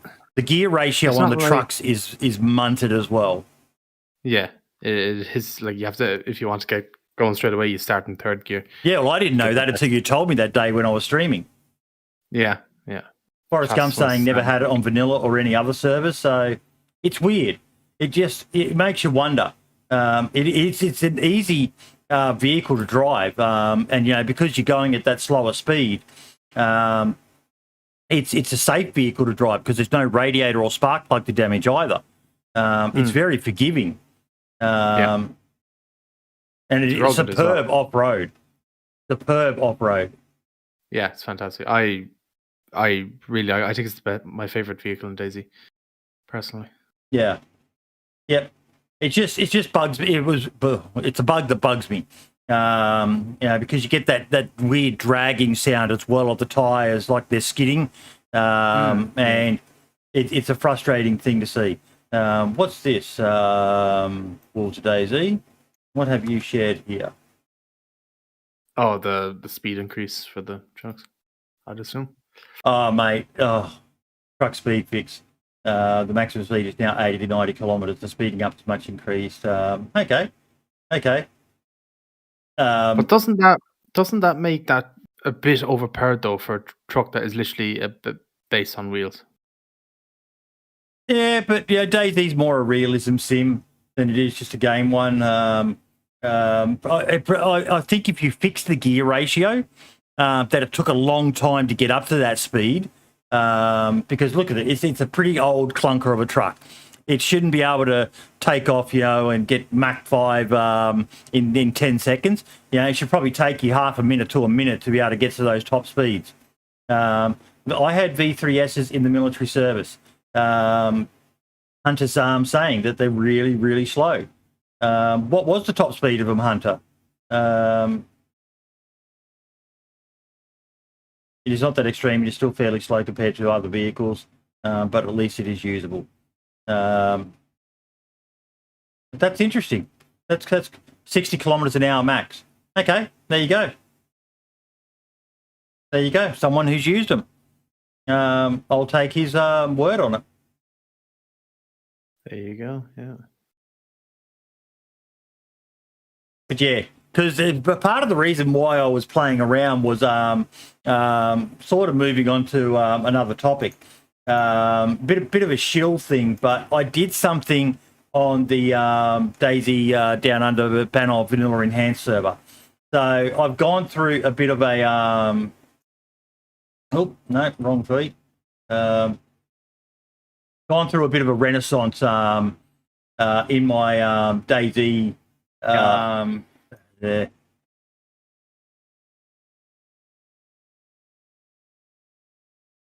DayZ playstyle, and we did one of the craziest things I've ever been involved in, Marks. You would have been you would have been just woken up. I don't know whether you came into the stream on Friday. I was lurking. Yeah, I was up. I saw you were up really late. It was like 8 a.m. for me. I had it on the background, but I didn't chat. I was busy doing something else. I had. Yeah, saw you want to get in the died when car? you jumped out of a car. No, I had about 23 people. We did a convoy from the northwest corner of the Banov map all the way down to in the southeast corner area of the map, and we drove 3 cars, 2 trucks to a target to do a base raid. The server was high pop, so those who've been watching me play DayZ know that I normally don't do big things like that. I'm notorious for almost being a bit of a chicken when it comes to DayZ. But I just wanted to do something a bit outside my comfort zone. I've never really done much raiding. Everyone knows what a Discord is like when you get 23 people together. It was fucking chaos. And the fact that we did minimal planning and just hit up a bunch of people, and I was shocked at how many people attended on the night. And we drove across the map, and the trucks were the fucking weak point. Like the poor old guy in the Gunter, I think he said he hit second gear once the entire drive because the two trucks were slow as fuck. And because of that, whenever we went through the populated areas, we were getting sniped at. We lost 2 guys in the rear Olga from the Goldies Oldies crew. And it was just absolute madness. The convoy got separated. We ended up with the Gunter and the 2 trucks together, and the Saka and the Olga were off on their own, and then they got together again. And one of the guys who was in the event, Midi, he's offered generously to collate all the footage from the night. So my stream, and he's got the recordings of some of the blokes, and he's going to try and collate it all together into a video. And to be honest, I will be watching that video as soon as he gets around to doing that, because it was one of the craziest fucking things I've ever seen and been a part of. And I'm just so fucking glad that we were able to do it. I felt sorry for the target because we raided them hard. We really fucking raided them hard. But with the way that it's set up on DayZ Down Under, there's no C4 charges, there's no hold a sledgehammer and it breaks the wall down. We had to do it vanilla-esque. We had fuck all grenades, absolutely fuck all. I think we had 4 or 6 grenades, so not even enough for one wall on this server. The rest of the time, I think we were on the target for over 4 hours. I died twice, and because we were near the main city of Banov, we had people, geared groups coming at us all through the night. At one stage, and I fucking loved it. Did you get a kill at least? No, fuck no. No. I'll show you my death at the end. At one stage, so if I skip to... Need mags, I need fucking mags. Oh, and I'm dead. Oh, fucking drill. That's our truck being driven off by Just bad drove the truck guys. away. Oh shit! No, truck's still there, man. Nah, They there got was that one to the gate left. covered. There's one to the left as Hit well. the wall at least. I'm Yeah. done. So the server restarted when we were under attack from them. I'll just let the audio play because you'll Hit the get to wall. see to my They're death. inside the compound. They're right at the front gate. And they were trying to steal the truck we had parked out the Oh, front. are they trying to get the truck outside the gate? Yep. They backed it up. They turned it off. Truck is gone. So are they in the compound or not? Is any of our guys Negative. in the compound? Hold on. Yeah, I got one. He's right side. You still up? Come in. No, he's finished. Shot me. Fuck. Who was shooting from the apartment?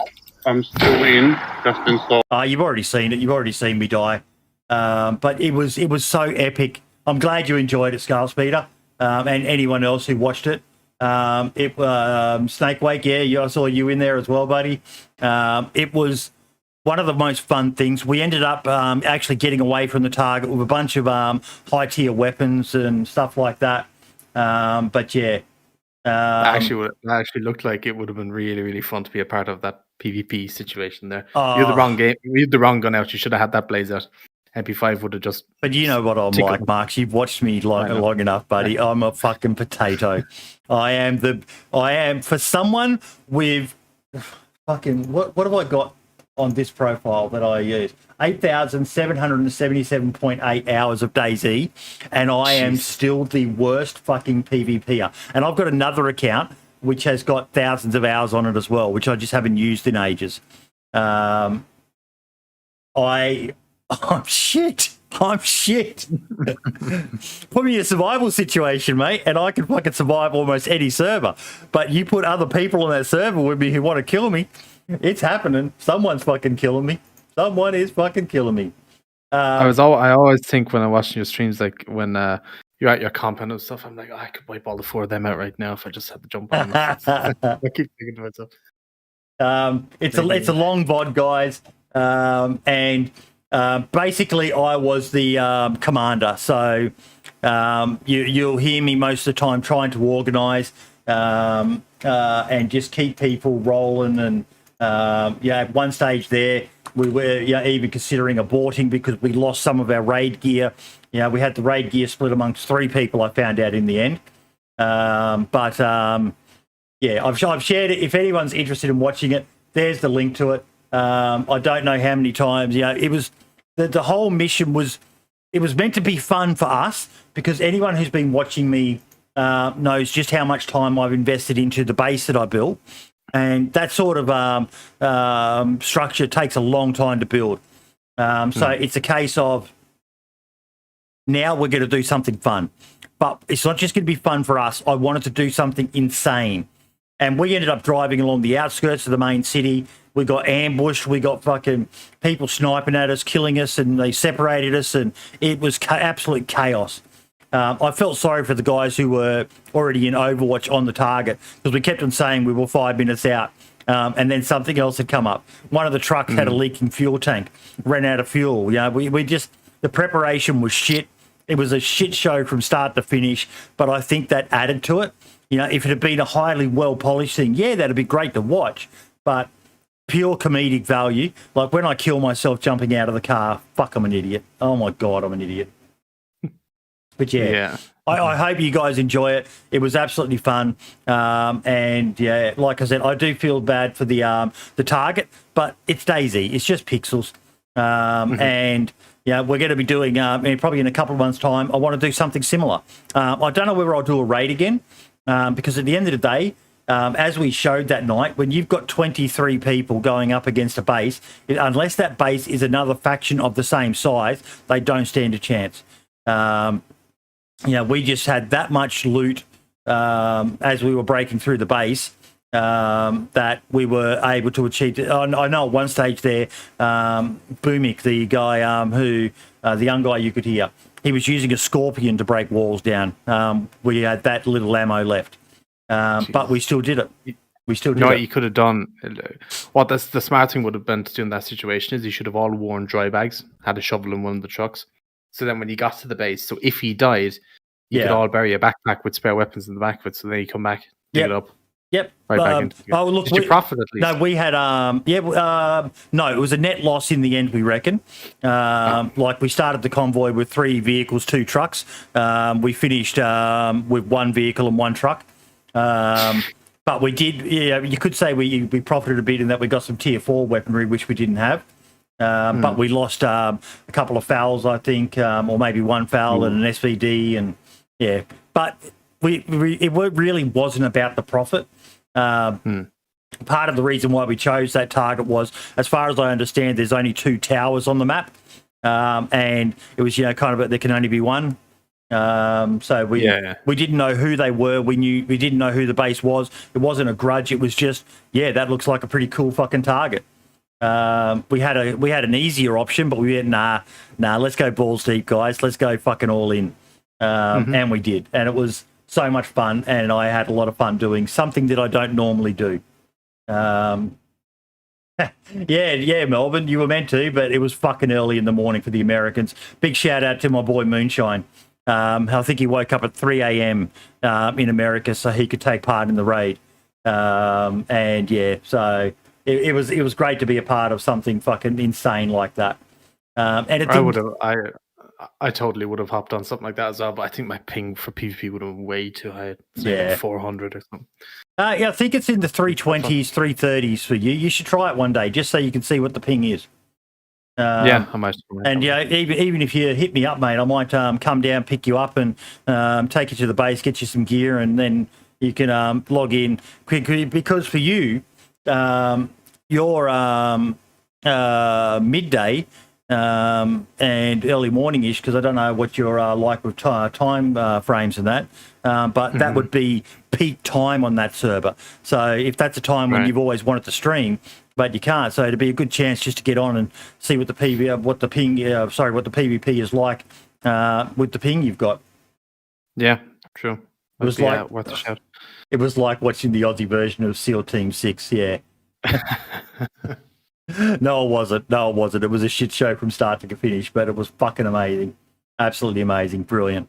And kudos to those guys who turned up at the right time, because we were down to probably less than 10 people then, and managed to hijack a truck from us. I was so impressed with that. And that's kind of why we did what we did. We wanted to give other people something, and with all the shots that we were firing, breaking through the walls, everyone knew what was going on. fuck, big Yeah, it base was only rate. a matter of time. And I could just imagine all the discords were firing. Something's going on the server. I don't know whether it ever reached full pop, but it was high pop for pretty much the entire night. It was fucking awesome. Yeah. Freshies running back in. We had there's a camp to the south of the target. We had a vehicle there which had extra gear and food and stuff like that. Someone stole that vehicle as well because we had to abandon it because we were running low on numbers. And yeah, brilliant. Enjoy the VOD. Lots of other highlights, like when they had to rescue me. It was great. Absolutely fucking great. Really, buddy, can I go AFK for like 30 seconds? Yeah, mate. Yeah. I'll be right back. Now I had someone share with me a game.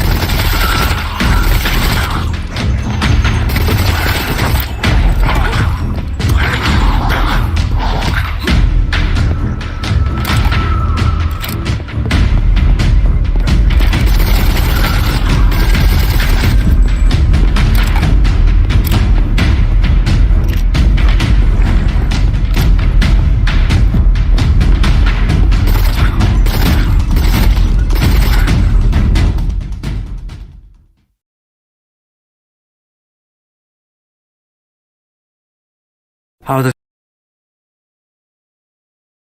大家好，我是陈阳晨。有些小伙伴好奇我做的。That's in, yeah. So, this is a boring third-person zombie game with no plot. Complete the quest to kill all the zombies. This game is a teaching case game of Billy Chen Jiasheng, not an officially released game. Look at the reviews on it. Overwhelmingly positive. What the hell have I just witnessed? What is this? It's called Deathly Stillness.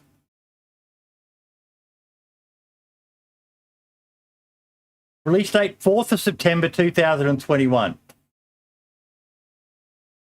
Is that like one of these? You know the way like with on the DayZ launch there's those like fake Chinese servers? Is it something like that where it's like botted things? The total production time is only 17 days. There are 2 maps and weapons of different difficulty for players to choose from. There are no health packs, which means you have to keep an eye on your health. 5 or more melee attacks will trigger a skill that can kill a zombie in one blow. Unless you have super high marksmanship, you'll need to search the scene for ammo supplies. This game is the reason why I list Steam is just to allow my fans to quickly download the experience. I'm just the reason I'm sharing it is it's zombie related. What's the cost of it? Free to play. It's a free to play game. Free. So if you're looking for something just to, it's got overwhelmingly positive reviews. I have no idea who this person is. The developer of Legends. He's given us Zombies and Booba and hasn't charged us a dime for it. Take note, AAA Studio. Stop by. Oh, okay.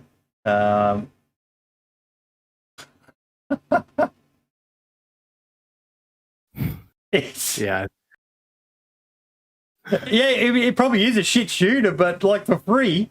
And if you're really into this sort of stuff, for a free game, I understand why it's overwhelmingly positive now. But yeah, go for it. Go for it. Knock your socks off. I might download it and make a video on it. So yeah, I just wanted to share it. I can't remember who sent it to me. I should have made better notes before the show, but yeah, it looks genuinely interesting. I'll probably even have a look at it myself, just for shits and giggles, because there's nothing quite like killing zombies. So yeah, I just wanted to share it. It did look interesting. Now, I'm hoping Dance Jesus is still around, because there was the usual thing when DayZ posts anything, people start asking them questions and stuff like that. But Someone said at DayZ, hey guys, can you please answer why we can't spawn BLDR, builder buildings, on consoles? And they replied, hi, sorry, but what do you mean by builder buildings? And Dancer Jesus actually replied saying, just to avoid more confusion, BLDR _ object name is part of the build items mod on PC. A majority of the vanilla assets doesn't have a config and cannot be spawned on consoles or without the mod. Anything that has BLDR in the name will not appear on consoles. Crimson Sam Baby. BLDR types are from builder items mod, which cannot be used on consoles.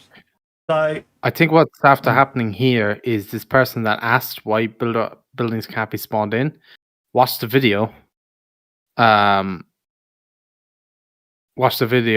was probably meant for PC players, and I thought it was for console as well. Like the same thing could happen to console. It just seemed like there was a bit of confusion there. So I was hoping Dance Jesus would be around. I should have teed it up with him beforehand, get some more information. But yeah, it was just a bit of a confusing thread for me. It was interesting, but seems like there was just some confusion there between Wholemate and he's replied there, basically saying, yes, I know, but just because my English can't normally say what I mean, BLDR objects already exist in the game. For example, wrecked hammer, or tank, or road signs, or gun racks, lockers, etc. So I couldn't add it as land _ object to files so console modders could spawn it. But yeah. They don't exist. Wait, what? Hang on. Or they exist in the... They don't exist in the... There's no lockers or gun racks that are actually in the... I think this guy's getting confused with PC. Like modded like stuff that you can spawn in. Yeah. I think he's completely messed up what he's thinking about or trying to do. Unless I'm just stupid and... No, it's kind of, I wish that conversation had gone on, and I wish Dancer Jesus was here. Might have been able to get more info on it. But anyway, now I was following another conversation. This was on Wobo's video where he showed the insane fire rate. I'm not even going to show it because it's a 10-second video. Go watch it.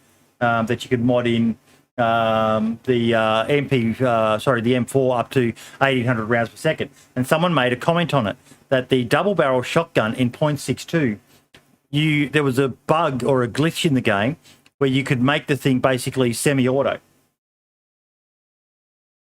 And he uploaded a video showing it. The double barrel shotgun. The only reason I'm showing this is because, it wouldn't work now. But as much as they annoy me, I'm always kind of impressed at how people are able to work these things out.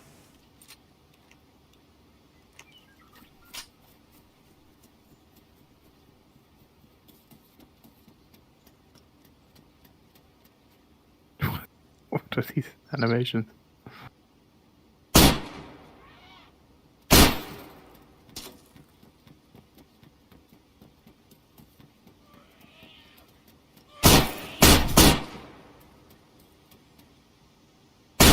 Like 3 shots.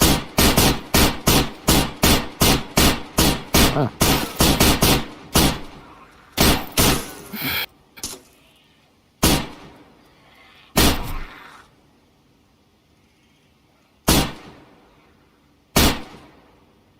See how all the ammo is depleting on his hotbar?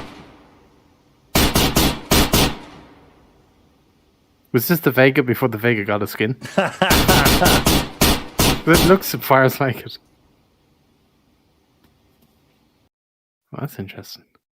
And I did like the comment, hey, he came through with the video. Because he made a comment there and said, that you could do it. And someone said, well, how? And he's, he released a video. This was made in offline edit. The shooting method was always possible in the regular .62 game. So, yeah. Wow. Very interesting. Just in case anyone wants to share it with their friends, there's the link for you all. But yeah, I'm always stunned. You have to have, I think, a certain mindset when you work out what a lot of these bugs and that are. because I sure as hell never have. I don't think I've ever worked out something because I just play the game as it was intended. But there's always people looking for those ways to exploit the game. Yeah, impressive. Now, Christmas show prize update. So I finally found them. I'd left them somewhere where I couldn't see them. So this is El Trucco. El Trucco volunteered some stickers. Custom made ones.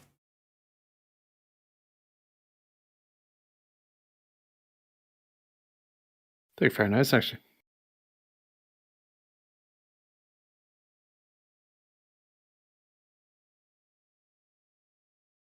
So I've got a handful of those to give out. They look fucking awesome. I need to think of a big one. Put that away. And I also had someone reach out to me during the week as well with yet another prize. And he sent me some messages with examples of them. This one's actually pretty fucking cool, man. I'm kind of, yeah. Let me just find the DM so I can open them up. Fluky Steak, and I think Fluky Steak is in chat right now.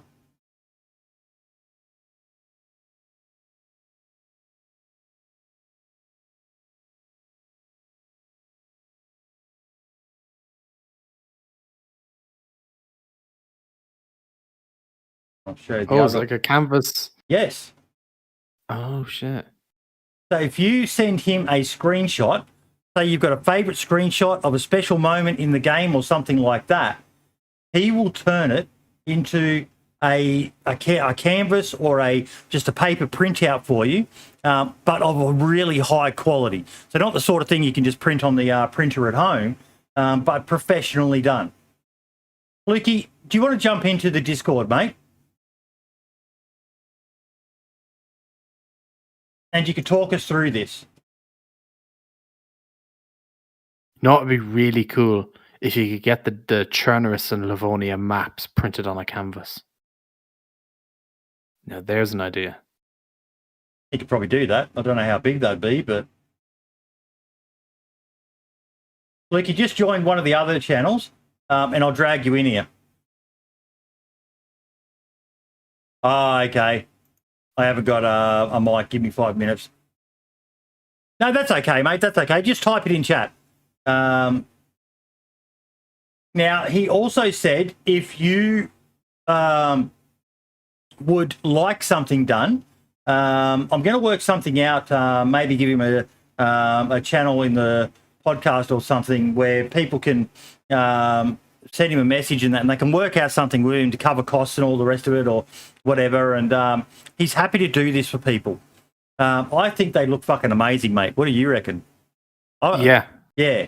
That's where I got just thought of the idea about the maps. If he could do that, like say you got like Chernobyl, Livonia, maybe Namalsk as well. I think one of the issues there, the gameplay isn't so bad, but I think if you were to do the map, he'd probably need to check with BI themselves because they do sell the maps on their website. He would need to seek permission from them to be able to reproduce that. Maybe true, yeah. But if he could do that, it would be cool. But even a screenshot, if you have a favorite screenshot in game or something, that is really a really cool idea. Yeah, so many people, some of the favorite ones people have is the cinematic ones, or when they've done something with a bunch of mates and they get that photo taken of them all standing together. And I was blown away when he reached out to me. He said, "Oh, I was going to, but I thought it was too late." And I said, "No, mate, it's not too late." So that's another couple of things we've added to the prize pool. It's going to be a big show, guys. Save onto your points, and I'm really looking forward to being able to give back to the community that supported us all year. Yeah, it's going to be. I can do any size up to 2.2 meters big. Holy shit! Damn! Wow! That's cool as fuck, man. That is cool as fuck. Yeah, you should if you get a chance, probably make a channel or something for him to this, because this is a really cool idea. I don't know of anyone else who does stuff like this on Canvas. And yeah, Flicky, we'll have a chat during the week, I think, mate, and set you up a channel in here, and you can set up a little mini shop or whatever, mate. Even if you start your own Discord. But yeah, it could be a way for you to make a little, what do they call it, a side hustle these days. I could even think of a screenshot or two that I'd nearly do. Yeah. Yep. And I imagine this isn't just related to DayZ, folks. If there was anything you wanted done. So, no, really, really cool idea. And I cannot thank you enough for offering that up as a prize for the show, mate.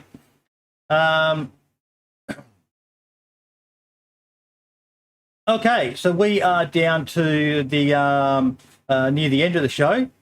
We had a mod mini spotlight. Hunter, who's in chat, he shared something with us. Oh, the raft, yeah, I saw this on Discord last night.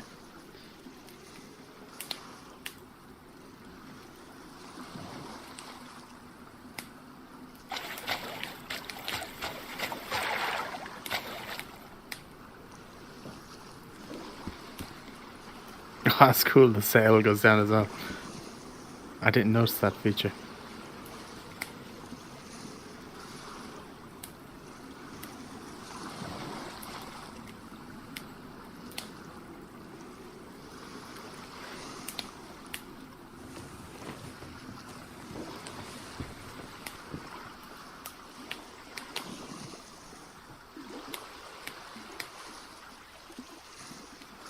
It looks like it is actually moving at the moment.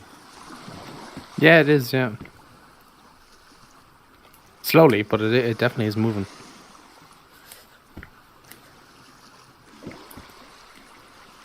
You bring the sails back up then to leave it still. That's really cool.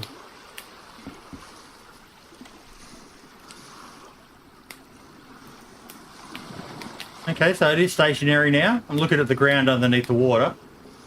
Mm-hmm. Moving the rudder there.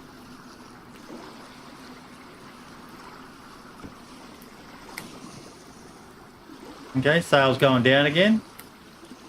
Yep, started moving again. Fuck, it is slow, isn't it? Wouldn't want to be getting sniped at. No. Good thing there's no sharks. Yeah.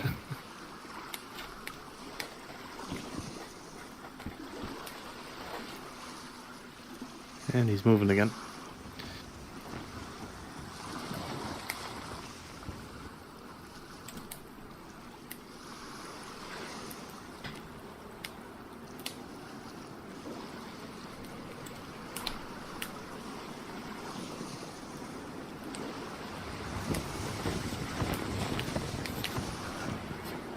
I'm wondering if it actually moves on land as well, or only on water. Pretty funny if I saw a raft driving down the road. Yeah. I'd assume it's just water, but it's a really cool thing. It actually looks very like. It's well made. It's a well-made model. I saw Wolves of DayZ was saying it needs a sea chest slot. What about if the sea chest could be added onto the boat and you could use that as a seat to sit down on while like driving the boat or something? Thank you, whoever that was. I can't even see what just happened, but thank you for whatever you did. Okay, so it's got attachments. Oh, it does. Oh. The sea chest would be the logical thing to be able to attach to it. Mm-hmm.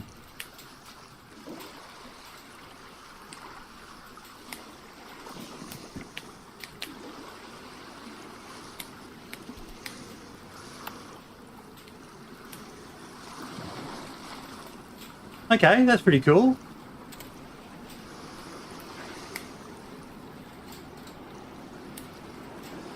God, this would be fucking awesome if someone made an island map with like lots of islands.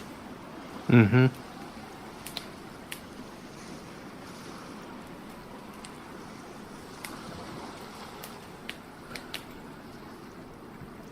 Is it it give you some cool Frankie vibes driving around on this raft with them just around the place. Very cool. Next, now he needs to make like a craftable helicopter. Yeah.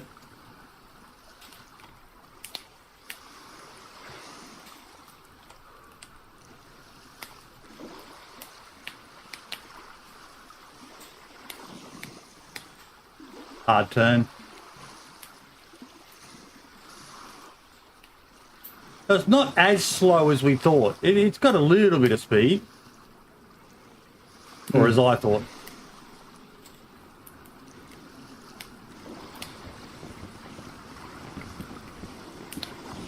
Definitely I don't think would be a suitable mode of transport in a highly PvP server. No. I'm curious, can you fish off of it? And thank you again, whoever that was. I'm at full screen, so I've got no idea what's happening. I'd say you could if it was stationary, yeah. Ragtizing saying yes, you can fish on it. Okay. So you can swim faster than it moves. I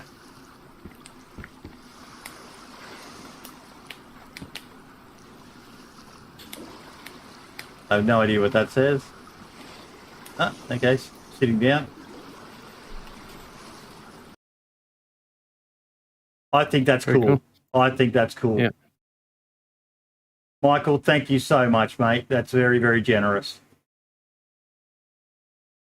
Yeah, I couldn't even see chat. While that was happening. And Mitch Caton, thank you for the like as well there, buddy. But yeah, no, that's fucking phenomenal. I just love what people come up with, Marks. Mm-hmm. Yeah, no, the ideas are really, really good. Yeah. Initially, Lug made it for Chimsey, but it will be public. It also depends on how much wind there is. Better than swimming to Debug Island. Yeah, good point. Yes, you can fish on it. Yep. So that's why I hacked the expansion in there so people can boat. Yep. Iztech has a lot of water. Okay, I haven't gotten a chance to check out Iztech yet. Have you, Marks? No, I've been busy with updates. We need to cover that, I think. Haven't had a chance to play Banov yet either. But I do want to play both of them. And something else I wanted to share. Now, normally I'm very quiet about future upcoming guests. But, we always like to start the year off with a bit of a bang. And this guy has recently returned and been playing quite a bit of DayZ.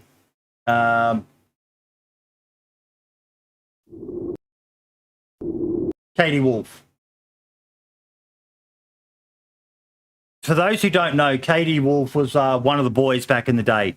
The main crew of people playing that a lot of people used to watch back in the day was you had Mr. Moon, Jam Jar, Mr. Blackout, Potato, Katie Wolf, the Loyal Patriot, and a few others as well. And it's been great seeing him get back into it. That fucking jumper he is wearing, though, is hideous. It's a Jurassic Park Christmas sweater. I love it. It's fucking awesome.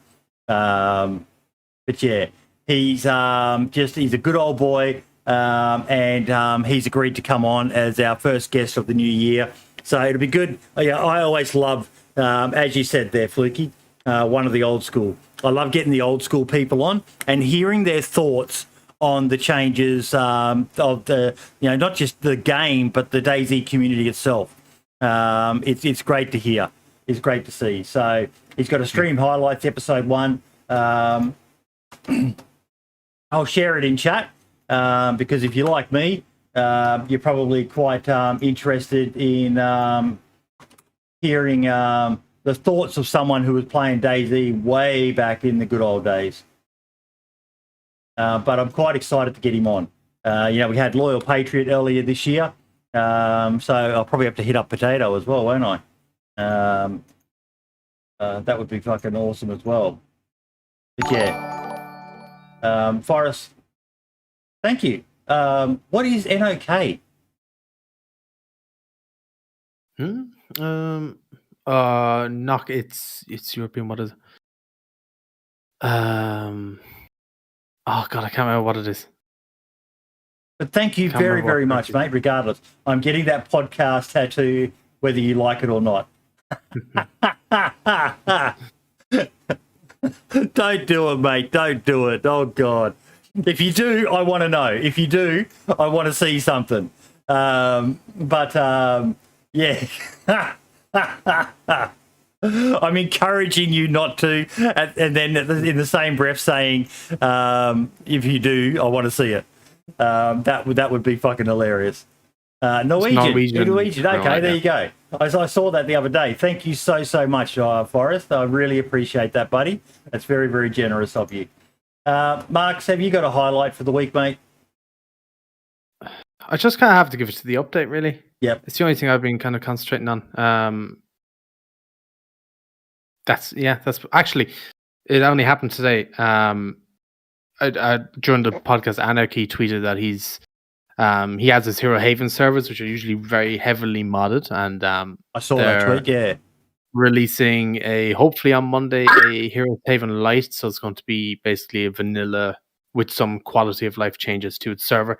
And that's what I'm really looking forward to, as I've been on a bit of a vanilla kick, and so there's a lot more people are starting to become in one at the moment. So yeah, and before I go to Roth, who's finally been able to join us, I'll also mention that might be quite popular for. I know a lot of people have been wanting to get on the DayZ Down Under service that I play, and you guys have got Spaggy servers, but yeah, I'm really interested in seeing that. Roth, how you doing, mate? Pretty good. I'm actually driving right now, so if my audio shit, that's why. Oh, it's pretty terrible, mate. I must admit it is pretty terrible. What we might do, mate, is we might reschedule because we've pretty much finished everything for the night, and we'll see about getting you and DCG on in a future episode. Because it sounds like you had a work shift or something like that come up which interfered with you being able to make it today.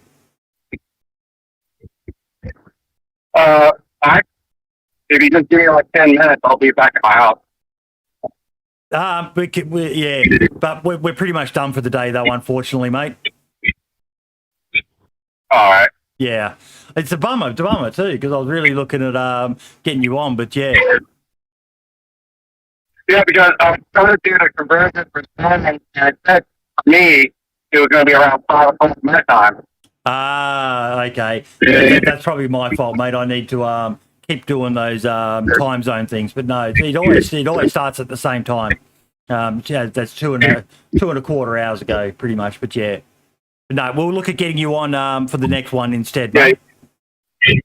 That'll be in the new year in January. So when you started, it was around 1 o'clock my time.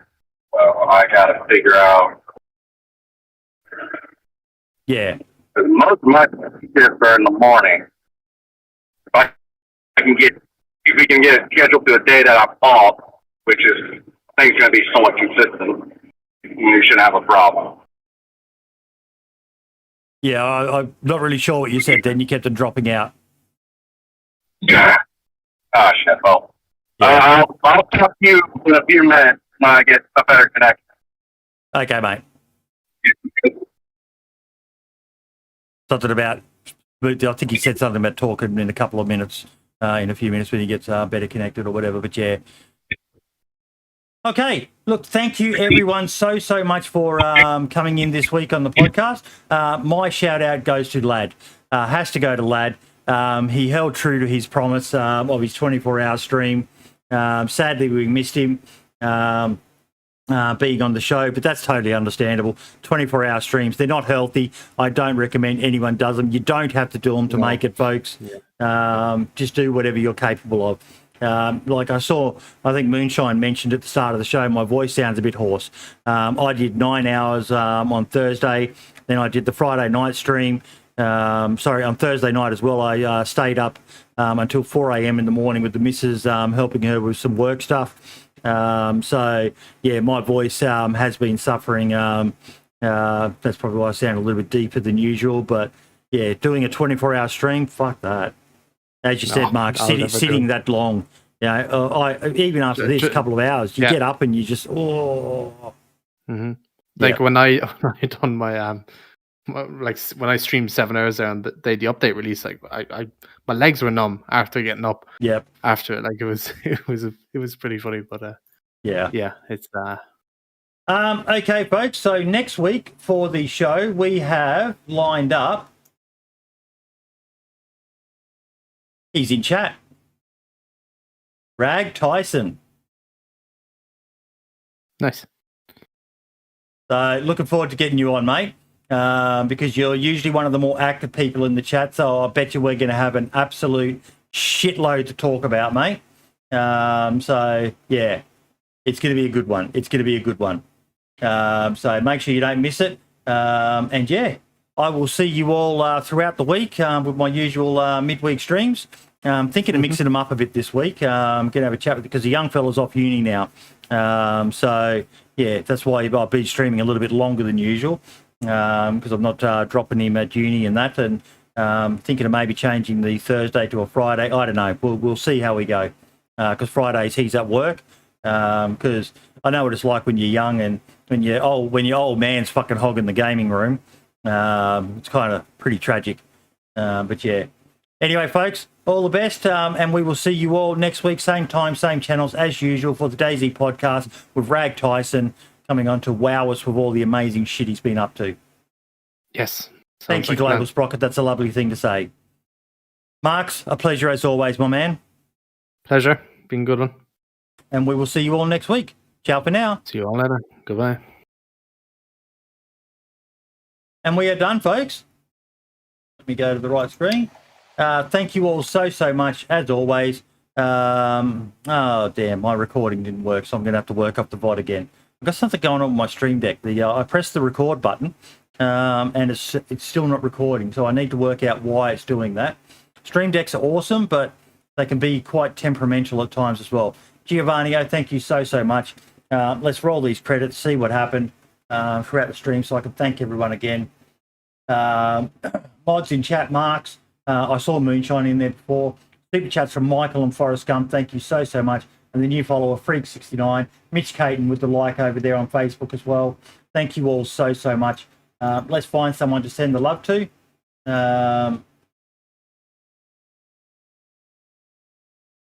I'm going to send you all over to someone a bit different. This guy here. I forgot about this. I should have mentioned it. Let me just quickly go to the face cam, folks.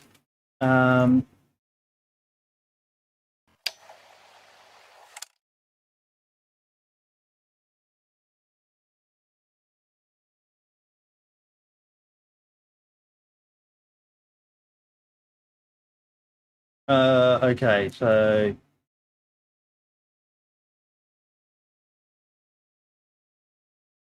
there we go. So this guy here, the dude Thor, he's a good mate of mine. He's a really nice guy, and he's actually donated some merch. We've got a hoodie.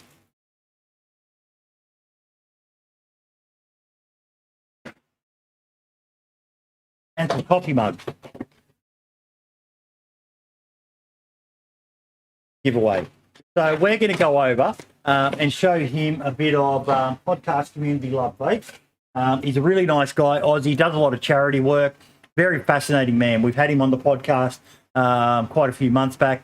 So we're going to go show him some love. That said, be polite. He is playing scum, folks. But yeah, we're going to go over and raid him. I guarantee you won't regret it, folks. You won't regret it. He's a very entertaining man.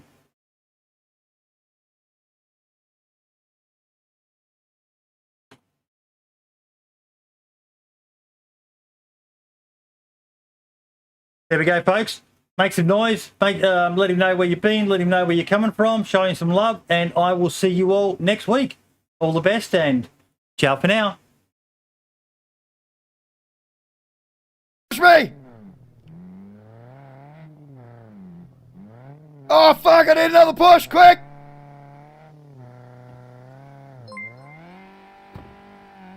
Yo, Survivor FM, how are we, guys? Guys, get some love up in chat for Survivor FM coming in with a cheeky raid of 11. What's going on, guys? Welcome on in. You've actually just come in. I'm in a server event.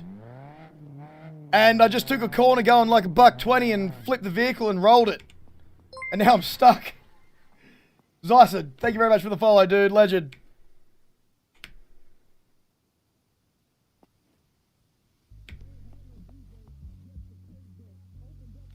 I think that's good. This cat named Larry, he was with the Avengers. Showed me how to make moves and walk with the. All right, we're good. So I'm in a race, guys. It's a vehicle race as well as I've left my passenger. It's a vehicle race as well as like boats and like hand-me-down boats, like makeshift boats. It's fucking crazy, man. But as you can see, I'm a bit of a wild child, driving like a fucking madman.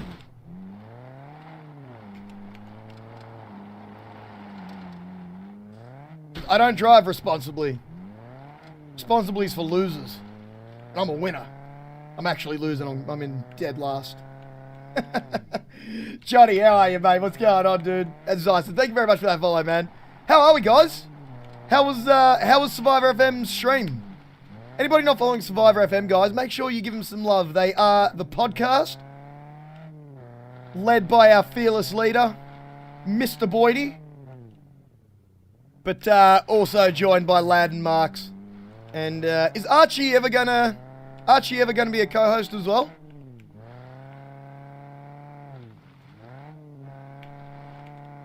Am I going this way? I don't know if I'm going this way. Is this the right way? Fuck, I don't know. It is now. Was I meant to go down there? Screw it. I think I've actually just gone like the wrong way here. Maybe. Good question. Ah, yeah, there was a rock. Yeah, I was like perched on a rock and I'm going the wrong way. Yeah, I figured as much. I thought I was. I don't know where I need to go, what way I need to go.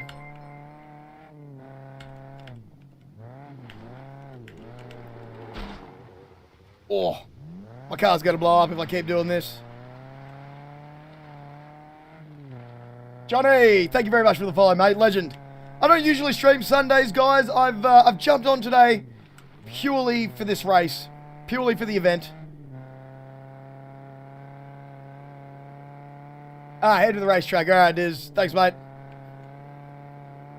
Get out of my way.